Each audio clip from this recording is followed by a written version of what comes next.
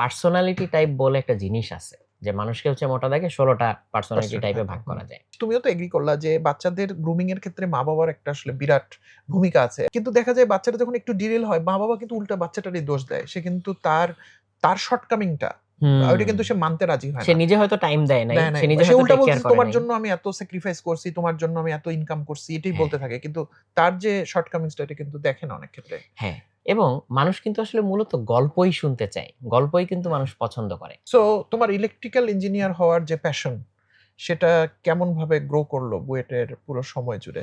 বলবো যে আমি এক্সট্রিমলি লাকি যে আমি আমার লাইফে অনেক ক্যারিশমেটিক টিচার পেয়েছি।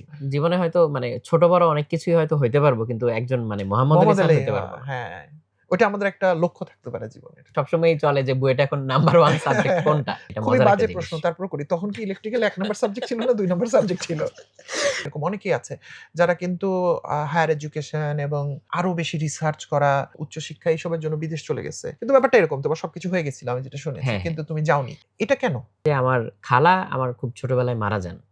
তখন হচ্ছে মানে খালা বলেছিলেন যে, "দেখো, আমার যে অসুখ, ডাক্তার তো আমাকে কিছু করতে পারল না, বাঁচাইতে পারল না।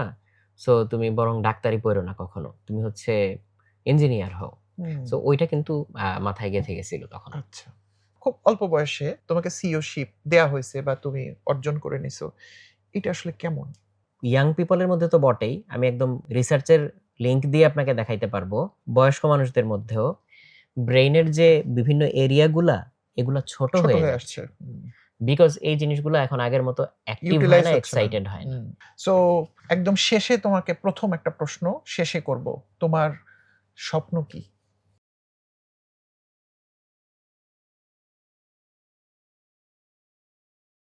প্রিয় দর্শক, আসসালামু আলাইকুম। সবাইকে স্বাগত জানাচ্ছি গল্পগ্রাফের নতুন একটা দাঁড়াও, এপিসোডে। দাঁড়াও রাতুল। আজকে তুমি স্বাগত জানাবা না। তুমি একটু ওকে, শান্ত ওকে। হয়ে বসবা। আ আমি স্বাগত জানাবো। কারণ গল্পগ্রাফির নতুন সিরিজ যেটা ২০২৬ এ আমরা শুরু করছি, এটার হোস্ট হব আমি। এবং যেহেতু রাতুলের কাছ থেকে আমি হোস্টশিপ কেড়ে নিচ্ছি, সো আজকে সৌজন্যমূলকভাবে আমরা রাতুলকে গেস্ট হিসেবে পেয়েছি। এবং আমার বিশ্বাস রাতুল অনেককে হোস্ট করেছে several years, রাইট? কয়েক বছর, এবং অনেক মানুষের কাছ থেকে ভিতরের খবরগুলো রাতুল আপনাদেরকে বের করে দিয়েছে। কিন্তু আমরা হয়তো রাতুলের গল্পগুলো এখনো শুনিনি। তো আজকে আমি চেষ্টা করব রাতুল খান, আমার ছোট ভাই, ইউনিভার্সিটির জুনিয়র, আমরা সবসময় কথা বলতে গেলে এই পরিচয়টা কেন যেন চলে আসে। তার কাছ থেকে তার জীবনের গল্পগুলো শুনবো গল্পগ্রাফির মধ্য দিয়ে। আশা করি আপনাদের অনেক ভালো লাগবে। রাতুল, এখন তুমি চাইলে কথা বলতে পারো। তুমি কেমন আছো এবং আজকে যে তোমার হোস্টশিপ তোমার হাত থেকে হারিয়ে গেল, না, এই ব্যাপারটা আলহামদুলিল্লাহ তুমি ভাইয়া, কিভাবে আমি দেখছো? ভালো আছি এবং এটা আসলে মানে হোস্টশিপ হারায় যাওয়ার কিছু না। এটা তো আমি মানে এই জিনিসটা অর্পণ, নিয়ে আরো খুশি। অর্পণ করছো? হ্যাঁ, হ্যাঁ। হুম, আচ্ছা। সো তোমার গল্পগ্রাফির জার্নি কেমন ছিল? তুমি অনেক মানুষকে হোস্ট করছো, অনেক জীবনের গল্প শুনছো। তুমি এটাকে কিভাবে দেখো? এটা আসলে আমার জন্য খুব সুন্দর একটা জার্নি ছিল বলতে গেলে। কারণ গল্পগ্রাফিতে হচ্ছে একদম শুরু থেকেই বিভিন্ন শ্রেণী-পেশার মানুষজন এসছেন, হুম, বিভিন্ন চিন্তাধারার মানুষজন এসছেন। সো এই যে বিভিন্ন ব্যাকগ্রাউন্ড থেকে মানুষরা আসতেন, তাদের জীবনের গল্পগুলো বলতেন। হুম, তার মধ্যে প্রত্যেকটা গল্পেই আমার কিছু না কিছু নেওয়ার থাকতো। হুম, সো কারো হয়তো জীবন অনেক স্ট্রাগল এর ভিতর দিয়ে গিয়েছে। সেখান থেকে সে কোন একটা কিছু করে বের হয়েছে। আবার কারো হয়তো ঐরকম স্ট্রাগল না। হয়তো তার দ্বন্দ্বটা ছিল পুরোপুরি মনস্তাত্ত্বিক। সো হুম, সেখানেও আসলে নেওয়ার মতো অনেক কিছু আছে। হুম, হুম, হয়তো কেউ লেখক ছিলেন, কেউ হয়তো জেল খাটা আসামি ছিলেন। সো এই ভ্যারাইটি গুলো এগুলো কিন্তু খুবই ইন্টারেস্টিং। হুম, এবং মানুষ কিন্তু আসলে মূলত গল্পই শুনতে চায়। গল্পই কিন্তু মানুষ পছন্দ করে। হুম, আমরা যত বই পড়ি এটাও একটা গল্প, কিংবা কেউ যদি আমরা টিভিতে কোনো নাটক, সিনেমা, সিরিজ কিছু একটা দেখি এটাও একটা গল্প, কিংবা যদি গান শুনি সেটাও একটা স্পেসিফিক স্টেট অফ মাইন্ড এর জন্য একটা গল্পই। হুম, কিংবা এর বাইরেও যত মিডিয়া আছে। হুম, সো মানুষ কিন্তু আসলে মূলত গল্পই শুনতে চায়, গল্পই জানতে চায়। গল্পটাই মনে রাখে। গল্পটাই মনে রাখে এবং গল্পের হুম, সময় যে ফিলিংটা ইনভোক করে এইটা হুম, আসলে মনে থাকে। হয়তো এক্সাক্ট ওয়ার্ড গুলা কখনো মনে থাকে না। হুম, সো সব মিলিয়ে এটা আসলে আমার জন্য খুব সুন্দর একটা জার্নি ছিল এবং আমার নরমাল যে কাজ সেই কাজের থেকে তো এটা একটু ডিফারেন্ট। হুম, হুম, সো এখানে আমার আসলে এক ধরনের একটা মানে রিফ্রেশমেন্ট কিংবা এন্টারটেইনমেন্ট ও হয়ে যেত, সেটা হচ্ছে মানসিকভাবে। যে হুম, আমি হচ্ছে আটপৌরে কাজ থেকে একটু বিরতি নিয়ে অন্য একটা কিছু করলাম। হুম, হুম, সো হুম, সেটা অন্যরকম একটা থ্রিলিং একটা ফিলিং হুম, দিত। হুম। ওকে, ওকে। সো আমরা এই জায়গায় আবার ফিরে আসবো। শুরুতে আমি যে কারোর সাথে যখন এই ধরনের একটা ডিসকাশন শুরু করি, আমি মানুষটার সম্পর্কে একটা কুইক রিক্যাপ পেতে আমার ভাল লাগে। তাহলে তুমি যদি ২ থেকে ২-২.৫ মিনিটের মধ্যে তোমার একদম জন্ম থেকে শুরু করে আজকের রাতুল, এই গল্পটা যদি ফাস্ট ফরওয়ার্ড করে বলো, তাহলে কিরকম হবে? সত্যিকার অর্থে আমার জন্ম কিন্তু হচ্ছে একদম এখান থেকে কাছেই শাহজাহানপুরে। ওকে। বাট ছোটবেলা হুম। কেটেছে কিন্তু নানাবাড়িতে, নারায়ণগঞ্জে। নারায়ণগঞ্জ। তো ওইখানে অনেক মানে মুক্ত একটা পরিবেশ ছিল, উন্মুক্ত একটা পরিবেশ ছিল। সো তখনকার সময়ে আমরা গ্রামে-গঞ্জে যেরকম পরিবেশ পেয়েছি, একদম ঠিক মানে গ্রামও বলা যাবে না বা অজপাড়াগা যেরকম ওরকমও না। মোটামুটি একটা বলতে পারেন শহরতলি টাইপের একটা জায়গা। হুম, সো ওরকম জায়গায় বেড়ে উঠতে গেলে হচ্ছে যে জিনিসগুলো মনে পড়ে এখন, সেটা হচ্ছে ছোটবেলায় যে টাইমগুলো কাটাতাম যে একদম মাঠে খেলাধুলা করতে পারতাম বা উঠানে খেলাধুলা করতে পারতাম। সো আমার অভ্যাস ছিল হচ্ছে ছবি আঁকার। হুম। সো ছোটবেলায় উঠানের মধ্যে হচ্ছে কাঠি দিয়ে অনেক লম্বা, লম্বা করে বড়, বড় করে হচ্ছে ছবি আঁকতাম। তো সেই থেকে ছবি আঁকার একটা অভ্যাস। কি ধরনের ছবি ছিল সেগুলো? অনেক কিছু হতে পারে। ওই যে আমার যে ছড়ার বইগুলো ছিল বা গল্পের বইগুলো ছিল সেখানকার বিভিন্ন ক্যারেক্টার, রাক্ষস-ফক্ষস, দৈত্য-দানব ওকে, কিংবা ওকে। ফুল পাখি এই হ্যাঁ। জিনিসগুলো হচ্ছে আঁকতাম। হুম। তারপর হচ্ছে একটু পরে তখন, তখন তো আসলে হচ্ছে টেলিভিশন বলতে তখন বিটিভি ছাড়া আর বিটিভি। কিছু ছিল হুম। না। সো সেই ছোটবেলায় স্কুলে ভর্তির আগে, আগে কিংবা হচ্ছে স্কুলে যখন যাই তখন বিটিভির কিছু অনুষ্ঠান তখন কিন্তু আমার মধ্যে অনেক মানে প্রভাব ইমপ্রেশন বিস্তার করেছে। ফেলতে হ্যাঁ। পেরেছিল। হুম, তার মধ্যে হুম, একটা হচ্ছে মোস্তফা মনোয়ার স্যার একটা অনুষ্ঠান হুম, করতেন। হুম, হুম, অনুষ্ঠানের নাম হচ্ছে মনের কথা। হুম। তো এখানে হচ্ছে ছবি আঁকার অনেক ব্যাপার-স্যাপার ছিল। কিন্তু উনি জিনিসটাকে বোরিং না করে পাপেটের মাধ্যমে খুব হুম, ইন্টারেস্টিং ওয়েতে উপস্থাপন রাইট। করেছিলেন। হুম, যে ২ টা পাপেট থাকতো। একটা হচ্ছে পারুল আর একটা হচ্ছে বাউল। আর ওদের সাথে একটা গরু থাকতো, ষাঁড়। হুম, তো এই গরুটা হচ্ছে সবসময় হচ্ছে শিল্পকলা খেয়ে ফেলতে চাইতো। সো এই জিনিসগুলো খুব মজা লাগতো। কিন্তু ওই যে ছবি আঁকার একটা প্র্যাকটিস তৈরি হতো বা ওইটা ভাল লাগতো জিনিসটা। হুম। তখন বিটিভিতে হচ্ছে বিজ্ঞান বিষয়ক বেশ কিছু অনুষ্ঠান হতো। আব্দুল্লাল মতি, শরফুদ্দিন স্যারেরটা হতো। উনি একটা করতেন। আমরা ওইটা পাই নাই অবশ্য। মানে আমরা যখন ছোট ছিলাম তখন একটা অনুষ্ঠান হতো অনুপরমাণু। অনুপরমাণু। তো হুম, ওইটার মধ্যে হচ্ছে বিভিন্ন জিনিস নিয়ে কথাবার্তা হতো। আর দেশ ও বিজ্ঞান নামে একটা অনুষ্ঠান হতো। এটা ইব্রাহিম স্যার করতেন। হুম, হুম। ডক্টর ইউনূসের ভাই। বড় ভাই। হ্যাঁ, হ্যাঁ। ডক্টর মোহাম্মদ ইব্রাহিম। হ্যাঁ, ডক্টর মোহাম্মদ ইব্রাহিম। হুম, সো উনি যে অনুষ্ঠানটা করতেন ওইখানে হচ্ছে ভবিষ্যতে কি হতে যাচ্ছে, এখন লেটেস্ট টেকনোলজি কি, কাটিং এজ কি কাজকর্ম চলছে এগুলো নিয়ে উনি কথা বলতেন। সো হুম, এটা খুব থ্রিলিং লাগতো। হুম, অনুপরমাণু থেকে এই যে সার্কিট হুম, বা হচ্ছে এই যে ব্যাটারি দিয়ে কি চালানো যায়, একটা ট্রানজিস্টর বসাবো, এখানে একটা ক্যাপাসিটর থাকবে, এই হবে, সেই হবে, অ্যালার্ম বেল বাজাবো, সিকিউরিটি সার্কিট তৈরি করব। সো এই জিনিসগুলো সম্পর্কে একটা হচ্ছে ন্যাক তৈরি হয়েছিল এগুলো যে কোন ক্লাসের কথা? এইগুলো তখন আমি হচ্ছে হয়তো 2-3 তে পড়ি আচ্ছা। এরকম। হুম, হুম। সো তখন কিন্তু আমি আসলে বানাতে পারতাম না। ওই ম্যাটেরিয়াল কিন্তু গুলো তো হাতের কাছে ছিল ম্যাটেরিয়াল না। গুলো তো হাতের কাছে ছিল না, এভেইলেবল ছিল না। বা ওইটা তখন আমার পক্ষে বানানো সম্ভবও না। কিন্তু আমি যেটা করতাম আমি খাতায় ওই যে সার্কিট ডায়াগ্রাম থাকতো ওইটা এঁকে রাখতাম। ওকে, কাজেই সার্কিট ডায়াগ্রাম আঁকার অভ্যাস আমার সেই তখন থেকে। ওকে। আরো একটা ব্যাপার হচ্ছে তখন বিটিভিতে আরেকটা কার্টুন সিরিজ হতো। ওইটা হচ্ছে 'back to the future'. Hmm, so 'back to the future' এর মধ্যে একটা সায়েন্টিস্ট থাকে ডক্টর এমেট ব্রাউন। হুম, হুম, সো হচ্ছে মানে একটু পাগলাটে টাইপের, লম্বা, লম্বা সাদা চুল। সে হচ্ছে মানে খুব এনার্জি নিয়ে চলে এরকম। সো আমার খুব ভাল লাগতো যে আরে এই লোক হচ্ছে এত বড়, বড় সমস্যা সায়েন্স দিয়ে সমাধান করে। হুম, সো তখন মনে হলো যে আচ্ছা সায়েন্সের তো অনেক মানে বড় একটা পাওয়ার আছে তাহলে। তো পড়াশোনা করলে সায়েন্স নিয়ে পড়াশোনা করতে হবে। তো অনেক পরে যখন জেনেছিলাম যে পার্সোনালিটি টাইপ বলে একটা জিনিস আছে। যে মানুষকে হচ্ছে মোটা দাগে ১৬ টা পার্সোনালিটি পার্সোনালিটি টাইপে থাকে। ভাগ হুম, করা যায়। তো পরে আমারটা টেস্ট করে যেটা দেখলাম আমার হচ্ছে ENTP। Hmm, hmm. And surprisingly খোঁজ নিয়ে পরে দেখতে পেলাম ওই যে সায়েন্টিস্ট ক্যারেক্টারটা যে ছিল ডক্টর ওটা এমেট ইএনটিপি। ব্রাউন, হুম, তার ক্যারেক্টারটা হচ্ছে হুম, ENTP হুম, হুম, ক্যারেক্টার। সো হুম, হুম। এইজন্য আমার কাছে মনে হয় এত রেজোনেট করতে পারতাম। মনে হইতো যে আরে আমার কথাগুলো বলতেছে বা আমি যা করতাম এরকম করতেছে। এরকম মনে হইতো। হুম, সো এইভাবে হচ্ছে এই জিনিসগুলো আমার উপরে একটা প্রভাব ফেলে। আর ওইখানে একটা কিন্ডারগার্টেন স্কুলে পড়তাম। সো ওই কিন্ডারগার্টেন স্কুলটাতে তখন আশেপাশের অন্যান্য স্কুল থেকে তারা একটু ফরওয়ার্ড থিংকার ছিলেন, হুম, যারা চালাতেন। হুম, তো এখানে আমাদের হচ্ছে মহিউদ্দিন স্যার ছিলেন, তারপরে হচ্ছে খসরু স্যার ছিলেন। উনারা হচ্ছে একটু ফরওয়ার্ড থিংকার ছিলেন। সো তখন দেখা যেত আশেপাশের স্কুলগুলোতে বাচ্চারা যেতে চাইতো না। হুম, যে হুম, স্কুল তো তার জন্য একটা মানে ভীতিকর একটা হচ্ছে হুম, যে যাবো, পড়াশোনা করব, না পারলে টিচার মাইর দিবে, কানে ধরে দাঁড় করায় রাখবে। হুম, তো আমাদের ওখানে তখন এরকম কিছু ছিল না। হুম, বরং সবাই স্কুলে যাওয়ার জন্য কান্নাকাটি করত। হুম, হুম। বৃষ্টি হলেও লোকজন হচ্ছে মানে কাদা মারিয়ে হলেও হচ্ছে স্কুলে স্কুলে যেত। যাবে এমন হুম, একটা আগ্রহ হুম, তারা তৈরি করতে পেরেছিলেন। বিকজ ওই স্কুলটাতে হচ্ছে গতানুগতিকতার বাইরে তখন হচ্ছে বাচ্চাদের হচ্ছে একটা অডিও ক্লাস হইতো, মাল্টিমিডিয়া ক্লাস হইতো। মাল্টিমিডিয়া বলতে ওইখানে হচ্ছে ভিডিও, তারপর হচ্ছে অডিও এগুলো ছেড়ে আনুমানিক কত সালের দিকের কথা এইটা বলছো? হচ্ছে ২০০০ এর আগে। তার আচ্ছা। মানে হচ্ছে 97 98 97 সালের দিকে 98 এরকম ওকে। সময়। সেই হিসেবে অনেক অ্যাডভান্স। হ্যাঁ, হ্যাঁ। সো হুম। মাল্টিমিডিয়া ক্লাস তখন আশেপাশে হয়তো কোনো স্কুলে ছিলও না। মানে আমাদের যে ভিসিনিটি ওর মধ্যে। সো তখন এরকম অডিও ভিডিও দেখিয়ে আমাদেরকে অনেক কিছু শিখানো হতো। হুম। এবং মজার ঘটনা ঘটতো। ওইখানে হচ্ছে বাইরে থেকে কাউকে নিয়ে আসা হইতো। হুম। যে একদিন হয়তো দেখা গেল একজনকে নিয়ে আসলো, সে হয়তো অনেক ছবি আঁকতে পারে সুন্দর। হুম। সে আমাদেরকে চ্যালেঞ্জ দিল যে তোমরা হচ্ছে বোর্ডে যে যা ইচ্ছা দাগ দিয়ে দাগ আসো, দাও, আমি এটাকে ওইটাকে আমি ছবি ছবি বানাবো। বানায় ফেলবো। সো সে এরকম করতো, আমরা অ্যামেজড হইতাম, মজা পাইতাম। তারপর হয়তো কোনো একজন বিদেশি কেউ হয়তো মানে বিদেশি নাগরিক, সে হয়তো আশেপাশে কোনো কাজে আসছে। তাকে একটু স্কুলে নিয়ে আসলো যে আপনি বাচ্চাদের সাথে হচ্ছে 10 মিনিট ইংলিশে কথা বলেন। হুম। সো তখন আমরা ইন্সপায়ার্ড হইতাম যে আমরা একজন নেটিভ স্পিকারের সাথে কথা বলতেছি। হুম। সো এই কাজগুলা তারা কিন্তু করতেন। এই স্কুলটা কি এখনো আছে? না, স্কুলটা হুম। আনফরচুনেটলি এখন আর ওইভাবে এটা নাই। কিন্তু একটা মানে ওই ফ্যালাসি। ফরম্যাটে নাই। হ্যাঁ, যে এই যে ভালো একেকটা ইনস্টিটিউশন, এটা কিন্তু টিকে না। এটা একটা সমস্যা। এগুলো নিয়ে হয়তো আমরা পরে কথা বলব। ওকে। তারপর? আমার একদম ওই স্কুলে যাওয়ার যে ১ম এক্সপেরিয়েন্স ছিল, যে স্কুলে গিয়ে প্রিন্সিপালের সাথে কথা বলা। তো এটা মনে হইতে পারে যে বোরিং একটা এক্সপেরিয়েন্স। হুম। তা কিন্তু না। উনি ১ম দিন আমাকে ছবি আঁকতে দিয়েছিলেন। যে আমি একটা উনিই ছবি আঁকতেন। যে আমি ছবি আঁকলাম, তুমি বসে রং করো। তো আচ্ছা। রং করতে উনি হচ্ছে আমার সাথে কথা বলছিলেন যে হুম। কি পছন্দ করি, কি পছন্দ করি না, সো এটা কেমন তোমার পড়াশোনা জয়েনিং করব। ইন্টারভিউ হচ্ছে আরকি, এক্সাক্টলি, ভর্তির ইন্টারভিউ। এক্সাক্টলি। হুম। এবং ওইখানে ওই স্কুলে আমার সাথে বাকি যারা তখন পড়েছিল, পরে আমি খোঁজ নিয়ে যেটা দেখলাম তারা প্রত্যেকেই কিন্তু যার লাইফে খুবই ভালো করেছে। মানে ও। মেক্সিমামই হয় কেউ ডাক্তারি পড়েছে, কেউ হয়তো ইঞ্জিনিয়ারিং পড়েছে, বা কেউ হয়তো তার লাইনে খুব ভালো করেছে এরকম। হুম। সো ওই এনভায়রনমেন্টটা উনারা ক্রিয়েট করতে পেরেছিলেন। রাইট। প্লাস স্কুলের কাজ স্কুলে শেষ হইতো না। হুম।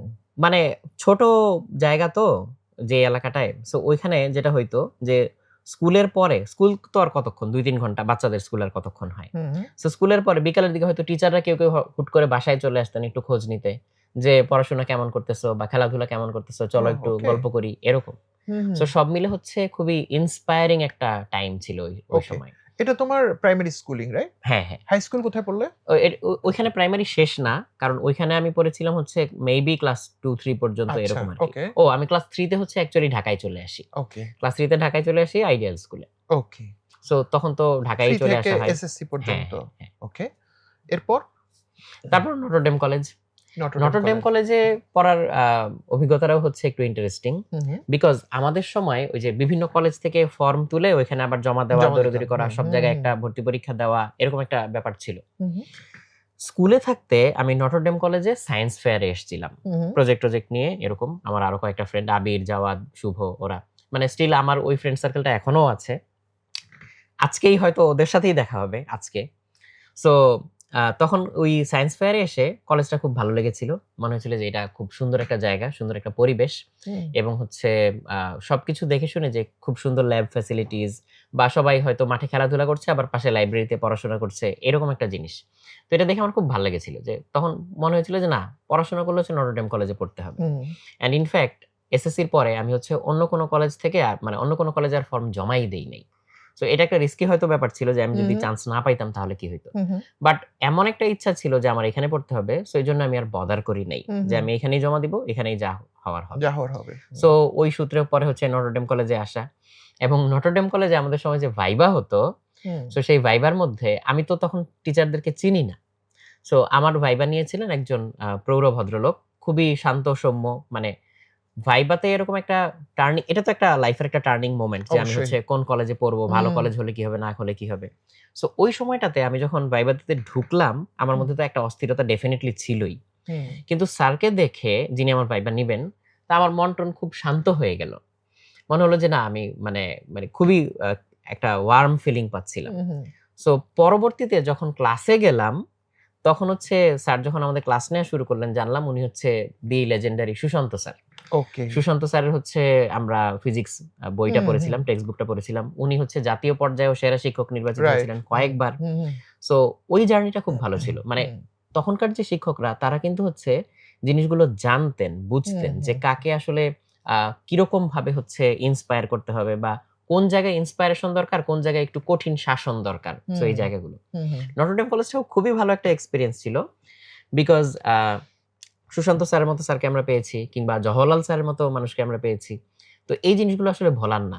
সো এখানে আমরা অনেক ভালো মানুষজনের সাথে সংস্পর্শে আসতে পেরেছি। তবে স্কুলের কথা একটু না বললেই না। অবশ্যই। স্কুলেও আমরা হচ্ছে আইডিয়াল স্কুলের কথা যদি বলি, অনেক ইন্সপায়ারিং শিক্ষক পেয়েছি এবং মানে যারা রিয়েলি শেখানোর ব্যাপারে প্যাশনেট, হুম, নট জাস্ট যে অনেক সময় হয় না যে অন্য অনেক প্রফেশনে ট্রাই করে কেউ হয়তো টিচিং এ আসলো, হুম, এরকম না। হুম, হুম, যারা টিচিংটা এনজয় করেন, হুম, লার্নিংটা নিজেরা তার চেয়েও বেশি এনজয় করেন হুম, অ্যান্ড স্টুডেন্টদের মধ্যে ওই জিনিসটা ট্রান্সফার করতে পারেন। হুম, এই ট্রান্সফারেন্সটা হচ্ছে অনেক গুরুত্বপূর্ণ একটা ব্যাপার এবং এটা আসলে সবাই পারে না। হুম, যারা পারে তারা হচ্ছে খুব ক্যারিশমেটিক টিচার হয়, তাদের কথা সবসময় মনে থাকে। হুম, যেমন আইডিয়াল স্কুলে আমরা অনেক ভালো ভালো টিচার পেয়েছি। আমাদের বাংলায় রুকনুজ্জামান রতন স্যার ছিলেন, হুম, বা হচ্ছে সায়েন্স পড়াতেন আমাদের আবু বকর চৌধুরী স্যার, হুম, সুভাষচন্দ্র পোদ্দার স্যার, হুম, ওনারা ছিলেন। হুম, ইংলিশে হয়তো আজাদ স্যার ছিলেন। সো হুম, অনেক স্যারের নাম আমি হয়তো এখন বলতে পারবো। কারণ স্যারদের নাম মনে আছে এই কারণে যে তারা আমার লাইফের একটা পার্ট। যে তারা হুম, আমাকে হচ্ছে ওই সময়টায় ইন্সপায়ারও করতে পেরেছিলেন, হেল্প করতে পেরেছিলেন এবং তারা হচ্ছে বুঝতেন যে কিভাবে নার্চার করতে হয়। হুম, সো এই ব্যাপারে আমি বলব যে আমি এক্সট্রিমলি লাকি হুম, হুম, যে আমি আমার লাইফে অনেক ক্যারিশমেটিক টিচার পেয়েছি। হুম, ইনফেক্ট আমার নিজের নানা ভাই, উনি কিন্তু হচ্ছে টিচার ছিলেন। সো ছোটবেলা থেকে মানে বাসায়ও এরকম একটা পরিবেশ ছিল। নানা হচ্ছে ঢাকেশ্বরী মিলস হাই স্কুলের হেডমাস্টার ছিলেন। সো নানার আবার বই লেখালেখির অভ্যাস ছিল। সো ছোটবেলা থেকে আমি আসলে বই দেখে, দেখে বড় হইছি হুম, যে বাসায় এরকম হচ্ছে বুক শেলফ থাকে, বই থাকে। আম্মা প্রচুর বই পড়তেন, মামা প্রচুর বই পড়তেন। মানে মামা তো হচ্ছে ওই যে বলে না যে পাঠ্য বইয়ের ভিতরে লুকায়ে বই পড়া হুম, মানুষ। হুম, হুম। সো আমি ছোটবেলা থেকে এইসব টিপস অ্যান্ড ট্রিকস দেখে আসছি যে কিভাবে লুকায়ে গল্পের বই লুকায় বই পড়তে হয়। পড়তে হবে। হ্যাঁ। সো ওই জিনিসটা তো ছিল। হুম, সো স্কুল খুব ভালো কেটেছে, কলেজ লাইফও খুবই ভালো কেটেছে এবং স্কুল শেষ, কলেজের শুরু। ওই ট্রানজিশন পিরিয়ডটাতে দেখা হচ্ছে সোহাগ ভাই, চমক ভাইদের সাথে। আচ্ছা। তখন হচ্ছে মানে উদ্ভাসের গণিত, একদম উদ্ভাস। মানে হ্যাঁ, উঠতি একটা হুম, জার্নি তখন। তার আগে থেকেও উদ্ভাস ছিল বাট আমরা স্কুলে ছিলাম বলে উদ্ভাসকে ওইভাবে তখন আমরা পাই নাই। হুম, বাট ওই ফ্রি ক্লাস করতে এসে চমক ভাইয়ের ক্লাস করে আমরা হচ্ছে আমরা পুরা গ্রুপ ধরে ফ্যান হয়ে গিয়েছিলাম বলা হুম, যায়। হুম, হুম, সোহাগ ভাইয়ের ক্লাস অসাধারণ। হুম, লিটন ভাইয়ের ক্লাস আরো পরে পেয়েছিলাম অবশ্য হুম, হুম, এবং এনারাও সবাই খুবই চমৎকার এবং এগুলো হচ্ছে ক্যারিশমেটিক টিচার। মূলত কলেজে থাকা অবস্থায় যে একাডেমিক কলেজে কোচিং থাকা করতা, অবস্থায়। একাডেমিক হ্যাঁ, কোচিং এ হয়তোবা হ্যাঁ, যেতা। ওই সময়। আচ্ছা, তার আগে একটু আমরা যদি বইয়ের কথায় আসি, একটু হুম, তুমি বইয়ের প্রসঙ্গ এসছে এবং তোমার কথার মধ্যে কিন্তু একটু সায়েন্স, ফিজিক্সটা তুমি হয়তো বলো নাই। আমি জানি না, আমার হ্যালুসিনেট হইছে হয়তোবা ফিজিক্স। কারণ আচ্ছা। আমি তোমার সম্পর্কে কিছু জানি। তো এই জিনিসগুলো বেশি আসছে। আমি জাস্ট শুধু জানার আগ্রহ থেকে বলছি, এর বাইরে কি তুমি অন্য কিছু পড়তা? যেহেতু তোমার নানু ভাইয়ের হ্যাঁ। এবং মামার একটা, সেই বইগুলা কি ধরনের বই ছিল? আ আমার হচ্ছে বই পড়ার জার্নি শুরু কিন্তু আমার আব্বুকে দিয়ে। ওকে। বিকজ আব্বু হচ্ছে ছোটবেলা ঘুমানোর আগে আমাকে গল্পের বই পড়ে শোনাতেন।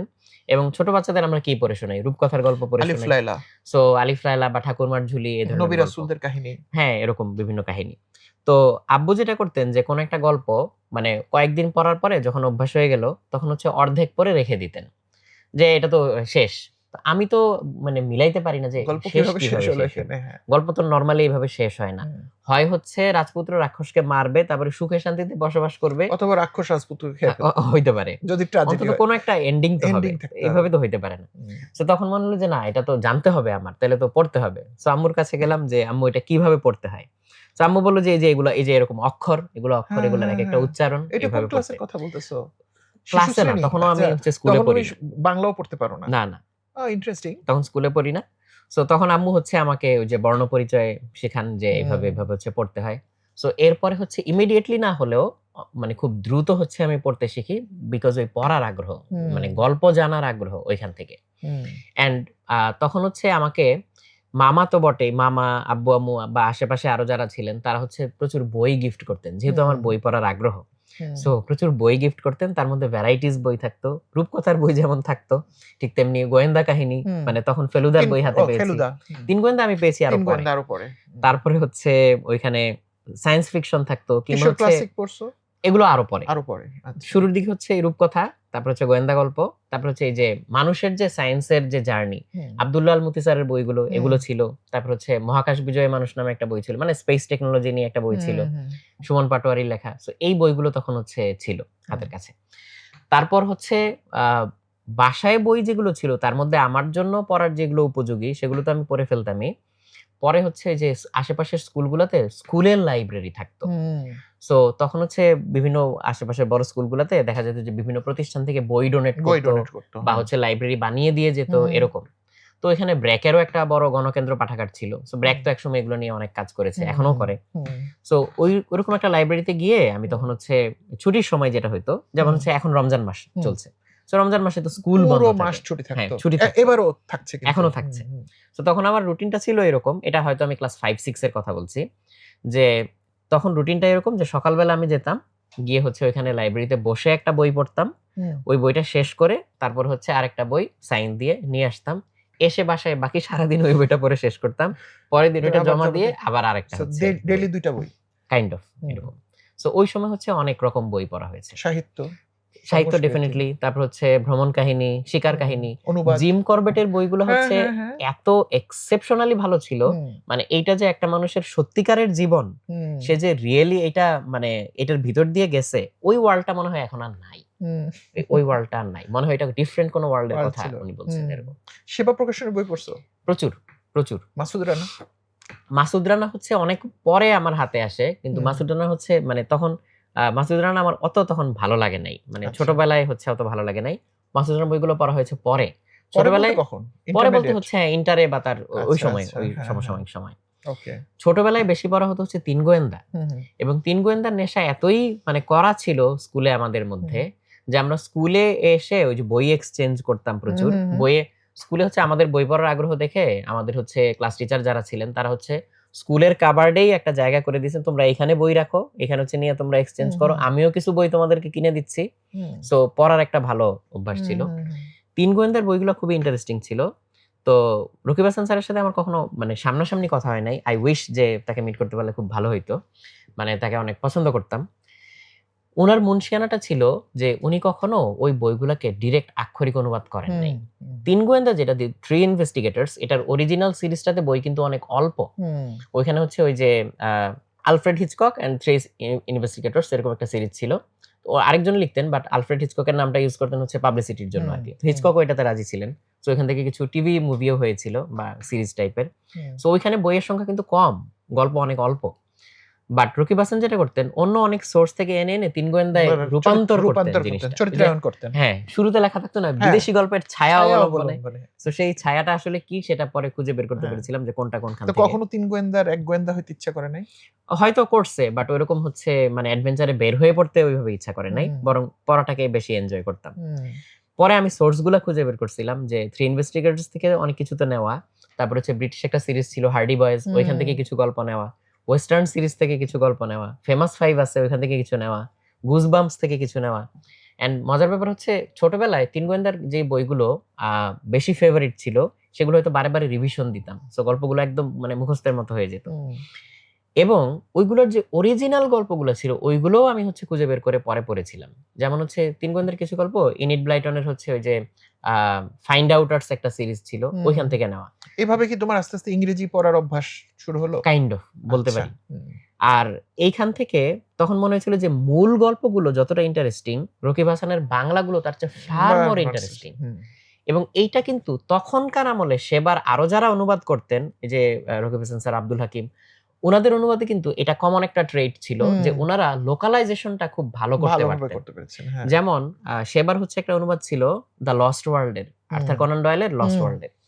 সো ওই লস্ট ওয়ার্ল্ডের যে অনুবাদ, সেই অনুবাদটা মেইন রাইটিং এর চেয়ে আমার কাছে ভালো লাগতো, বিকজ লস্ট ওয়ার্ল্ডের মধ্যে পুরোটা আমি ইংলিশে পড়ছি, আমি ওইখানকার কালচার এবং ইয়া সম্পর্কে অনেক কিছু জানি না, কিন্তু এইখানে উনি এক একটা ক্যারেক্টারকে এক একটা এলাকার রূপ দিয়েছিলেন। সো ওই জায়গা থেকে হচ্ছে এটা অনেক ভালো লাগতো। Right, right. এবং আর্থার কোনান ডয়েলের সাথে পরিচয় হচ্ছে আসলে মামার মাধ্যমে। মামা হচ্ছে আমাকে শার্লক হোমসের যে সমগ্র একটা মোটা বই ওইটা দিয়েছিলেন। সো ওইখান থেকে পরে আর্থার কোনান ডয়েলের অন্যান্য লেখাটেখা পড়া। সো তখন আমি হয়তো ছোট একটা মানুষ, হয়তো ক্লাস 4-5 এ পড়ি, এত মোটা একটা বই নিয়ে চলাফেরা করছি, এটা দেখেও হাস্যকর লাগতো, বাট আমি খুব এনজয় করতাম পুরো জিনিসটা আরকি। সো বই পড়ার জার্নি আসলে বলতে গেলে ভাইয়া শেষ হবে না। ওকে, ওকে। আর আরেকটা জনরা বাদ পড়ে গেছে, সেটা হচ্ছে কমিক্স। কমিক্স, ইয়া। আব্বু আমাকে একদম প্রথম যে কমিকটা দিয়েছিলেন সেটার নাম হচ্ছে ক্যালামিটি জেন এর একটা ইস্যু। তো ক্যালামিটি জেন আর লাকি লুক, মানে লাকি লুক হচ্ছে সিরিজটার নাম, আর স্পেসিফিক ইস্যুটা ছিল হচ্ছে ক্যালামিটি জেন। সো এটা ওয়েস্টার্ন একটা সিরিজ। তো আমি অনেক পরে আরো অনেক কমিক টমিক পড়ার পরে জানতে পেরেছিলাম যে এই যে এস্টেরিক্স কিংবা হচ্ছে এই লাকি লুক, এই সিরিজগুলো কিন্তু one of the finest comics ever written. যে এইগুলার যে গল্প কিংবা হচ্ছে আকার যে মুনশিয়ানা, এই সবকিছু মিলে এগুলো একদম হাইয়েস্ট কাতারে থাকবে। সো ছোটবেলা থেকে এগুলোতে এক্সপোজড হওয়াতেও হচ্ছে এদিকে একটা আগ্রহ তৈরি হয়েছিল। হুম, বাট এই যে ডিসি মার্ভেল কমিক এগুলো পেয়েছিলাম আমি আসলে আরো পরে গিয়ে। হুম, আর তার মাঝখানে হচ্ছে আরেকটা সময় ছিল, সেটা হচ্ছে মানে প্রাণ এরা বলা যায়। সেটা হচ্ছে চাচা চৌধুরী, হুম, বিল্লু, পিঙ্কি, তারপর হচ্ছে সাবু, হুম, এই কলকাতা কেন্দ্রিক। হ্যাঁ, হ্যাঁ, এই জায়গার যে ইয়েগুলো ছিল। হুম, সো ওই কমিক অংশ যেগুলো ছিল এগুলো হচ্ছে খুব এনজয় করতাম। হুম, আর পরে হচ্ছে এই যে অ্যাস্টেরিক্স কিংবা হচ্ছে ডিসি মার্ভেল কমিক এগুলো হচ্ছে হাতে পেয়েছিলাম। সো ওকে, এটা আরেকটা এন্টার ডিফারেন্ট ওয়ার্ল্ড বলা যায়। ওকে। সো স্কুল, কলেজ, আমরা ইউনিভার্সিটি এখনো ঢুকি নাই। আমরা তো একটা বড় সময় পিছনে ফেলে আসছো, রাইট? আমরা কিন্তু ভাই হ্যারি পটারের সাথে বড় হ্যারি হয়েছি জানেন? পটারের সাথে বড় হইছো তোমরা। বিকজ আমরা যখন হচ্ছে হ্যারি পটারের বই হাতে পেয়েছিলাম, সো তখন হ্যারি পটার মোটামুটি আমাদের সমবয়সী। এবং ওকে। আমরা হচ্ছে এসএসসি পাস করতে হচ্ছে হ্যারি পটারের লাস্ট যে বইটা মানে হচ্ছে হুম। আ শেষ যে বইটা, ওই বইটা হচ্ছে তখন পাবলিশ হয় এরকম একটা অবস্থা। বাট বাংলা মিডিয়ামে পড়া খুব কম ছেলেপেলেরা মেয়েরা ওই সময় হ্যারি পটার পড়েছে আমার অভিজ্ঞতা। মানে তোমাদের যে সমকালীনটা আমি বলব তুমি অনেক লাকি বা somehow it clicked on you। Environment টা এরকম ছিল। বাংলা মিডিয়ামের ছেলেপেলেরা কিন্তু হ্যারি পটারের সাথে পরিচিত হয়েছে বেশিরভাগ সিনেমা দেখার পর। আচ্ছা। হ্যাঁ, হ্যাঁ, ইন জেনারেল আরকি। হ্যাঁ। এনিওয়ে তো একটা লম্বা সময় কিন্তু আমরা পিছনে ফেলে আসছি, রাইট? আমার কয়েকটা প্রশ্ন মনে আসছে। সো হুম। আমি যদি তোমার ফ্যামিলির দিকে তোমাকে আমি তাকাতে বলি, তোমার আব্বু-আম্মু বেঁচে আছেন দুজনই আলহামদুলিল্লাহ। তুমি তাদের কোনো স্মৃতি বলতে পারো যেটা তোমাকে বেসিক শেপ করতে সাহায্য করছে? এবং কোনো একটা কন্টিনিউয়াস ঘটনা কিন্তু এটা হলে হবে না। মানে আমি বলতে চাচ্ছি আমার আব্বা আমাকে প্রতিদিন এটা বলতেন এরকম না।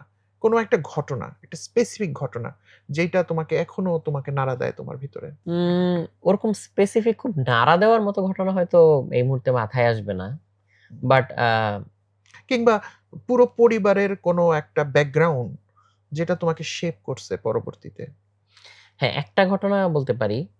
সেটা আমি মানে বলতে পারবো কিনা, আমি হচ্ছে ইমোশন কন্ট্রোল করতে পারবো কিনা আমি জানি না এখনো। আমি এজন্য খুব সংক্ষেপে বলার চেষ্টা করব। সেটা হচ্ছে যে আমার খালা আমার খুব ছোটবেলায় মারা যান। আমার তখন হয়তো ২.৫-৩ বছর বয়স এরকম। উনার বয়স কত ছিল? উনার তখন হয়তো ১৫-১৬ এরকম।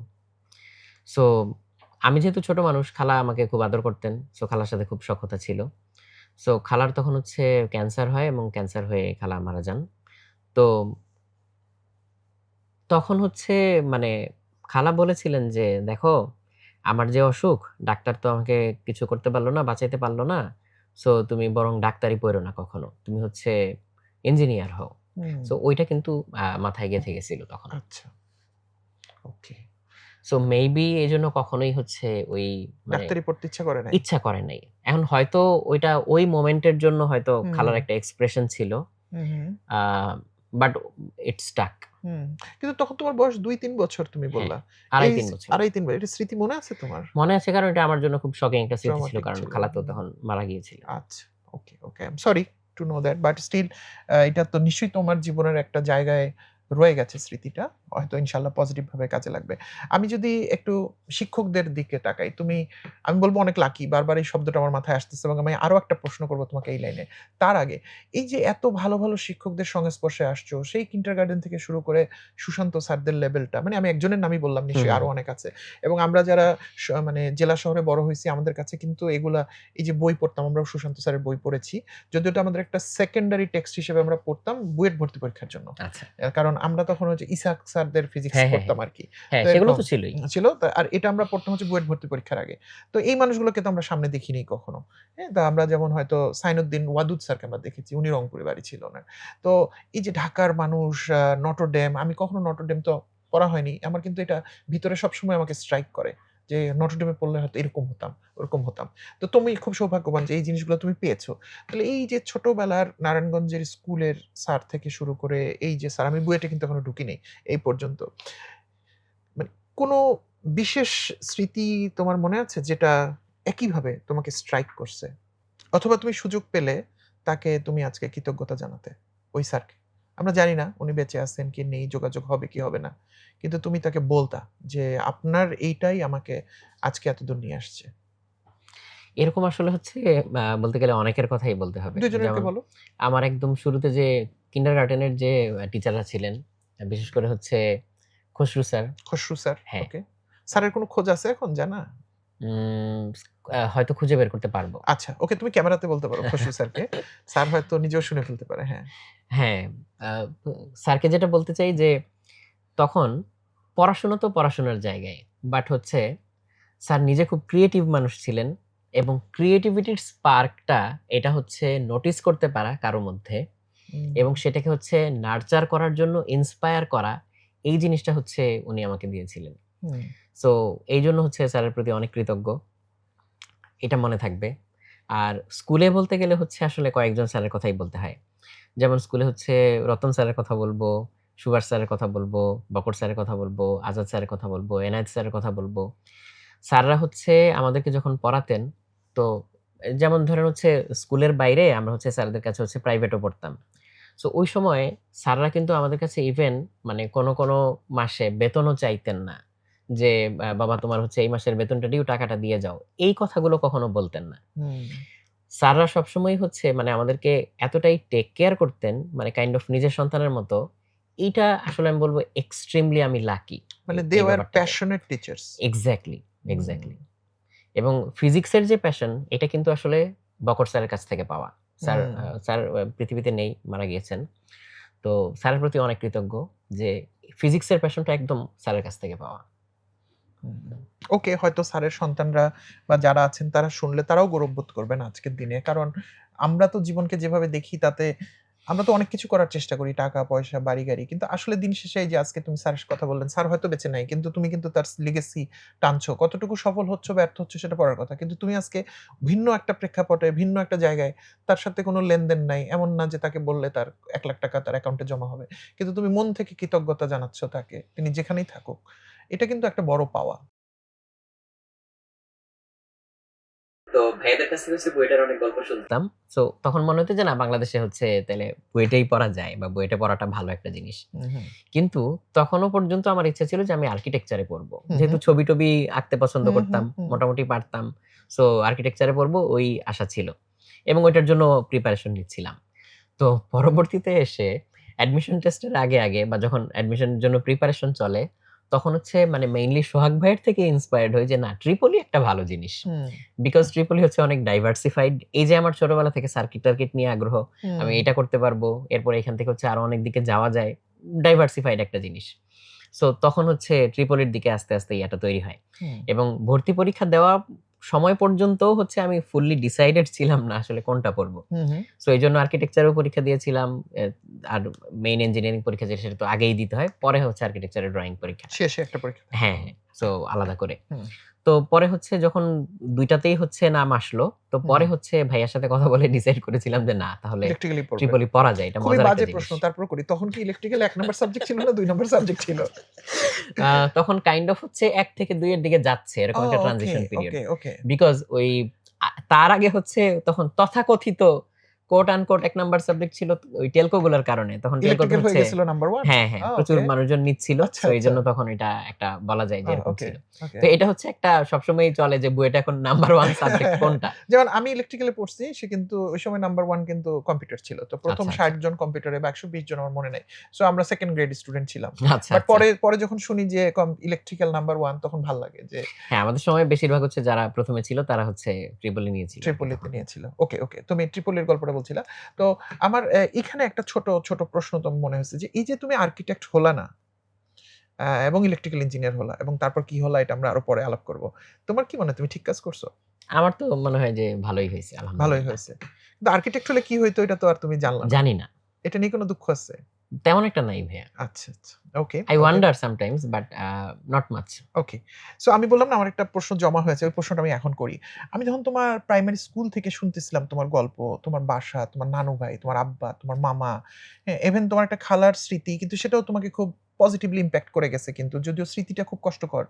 তারপর এই যে এতগুলো শিক্ষক পেলে তুমি, আ স্কুলের লাইব্রেরি, পাশের লাইব্রেরি, আ মানে আমার কাছে মনে হয় কি তোমার পজিশনিংটা একটা ইউটোপিয়ান অর আইডিয়ালিস্টিক পজিশন হইছে তোমার লাইফে।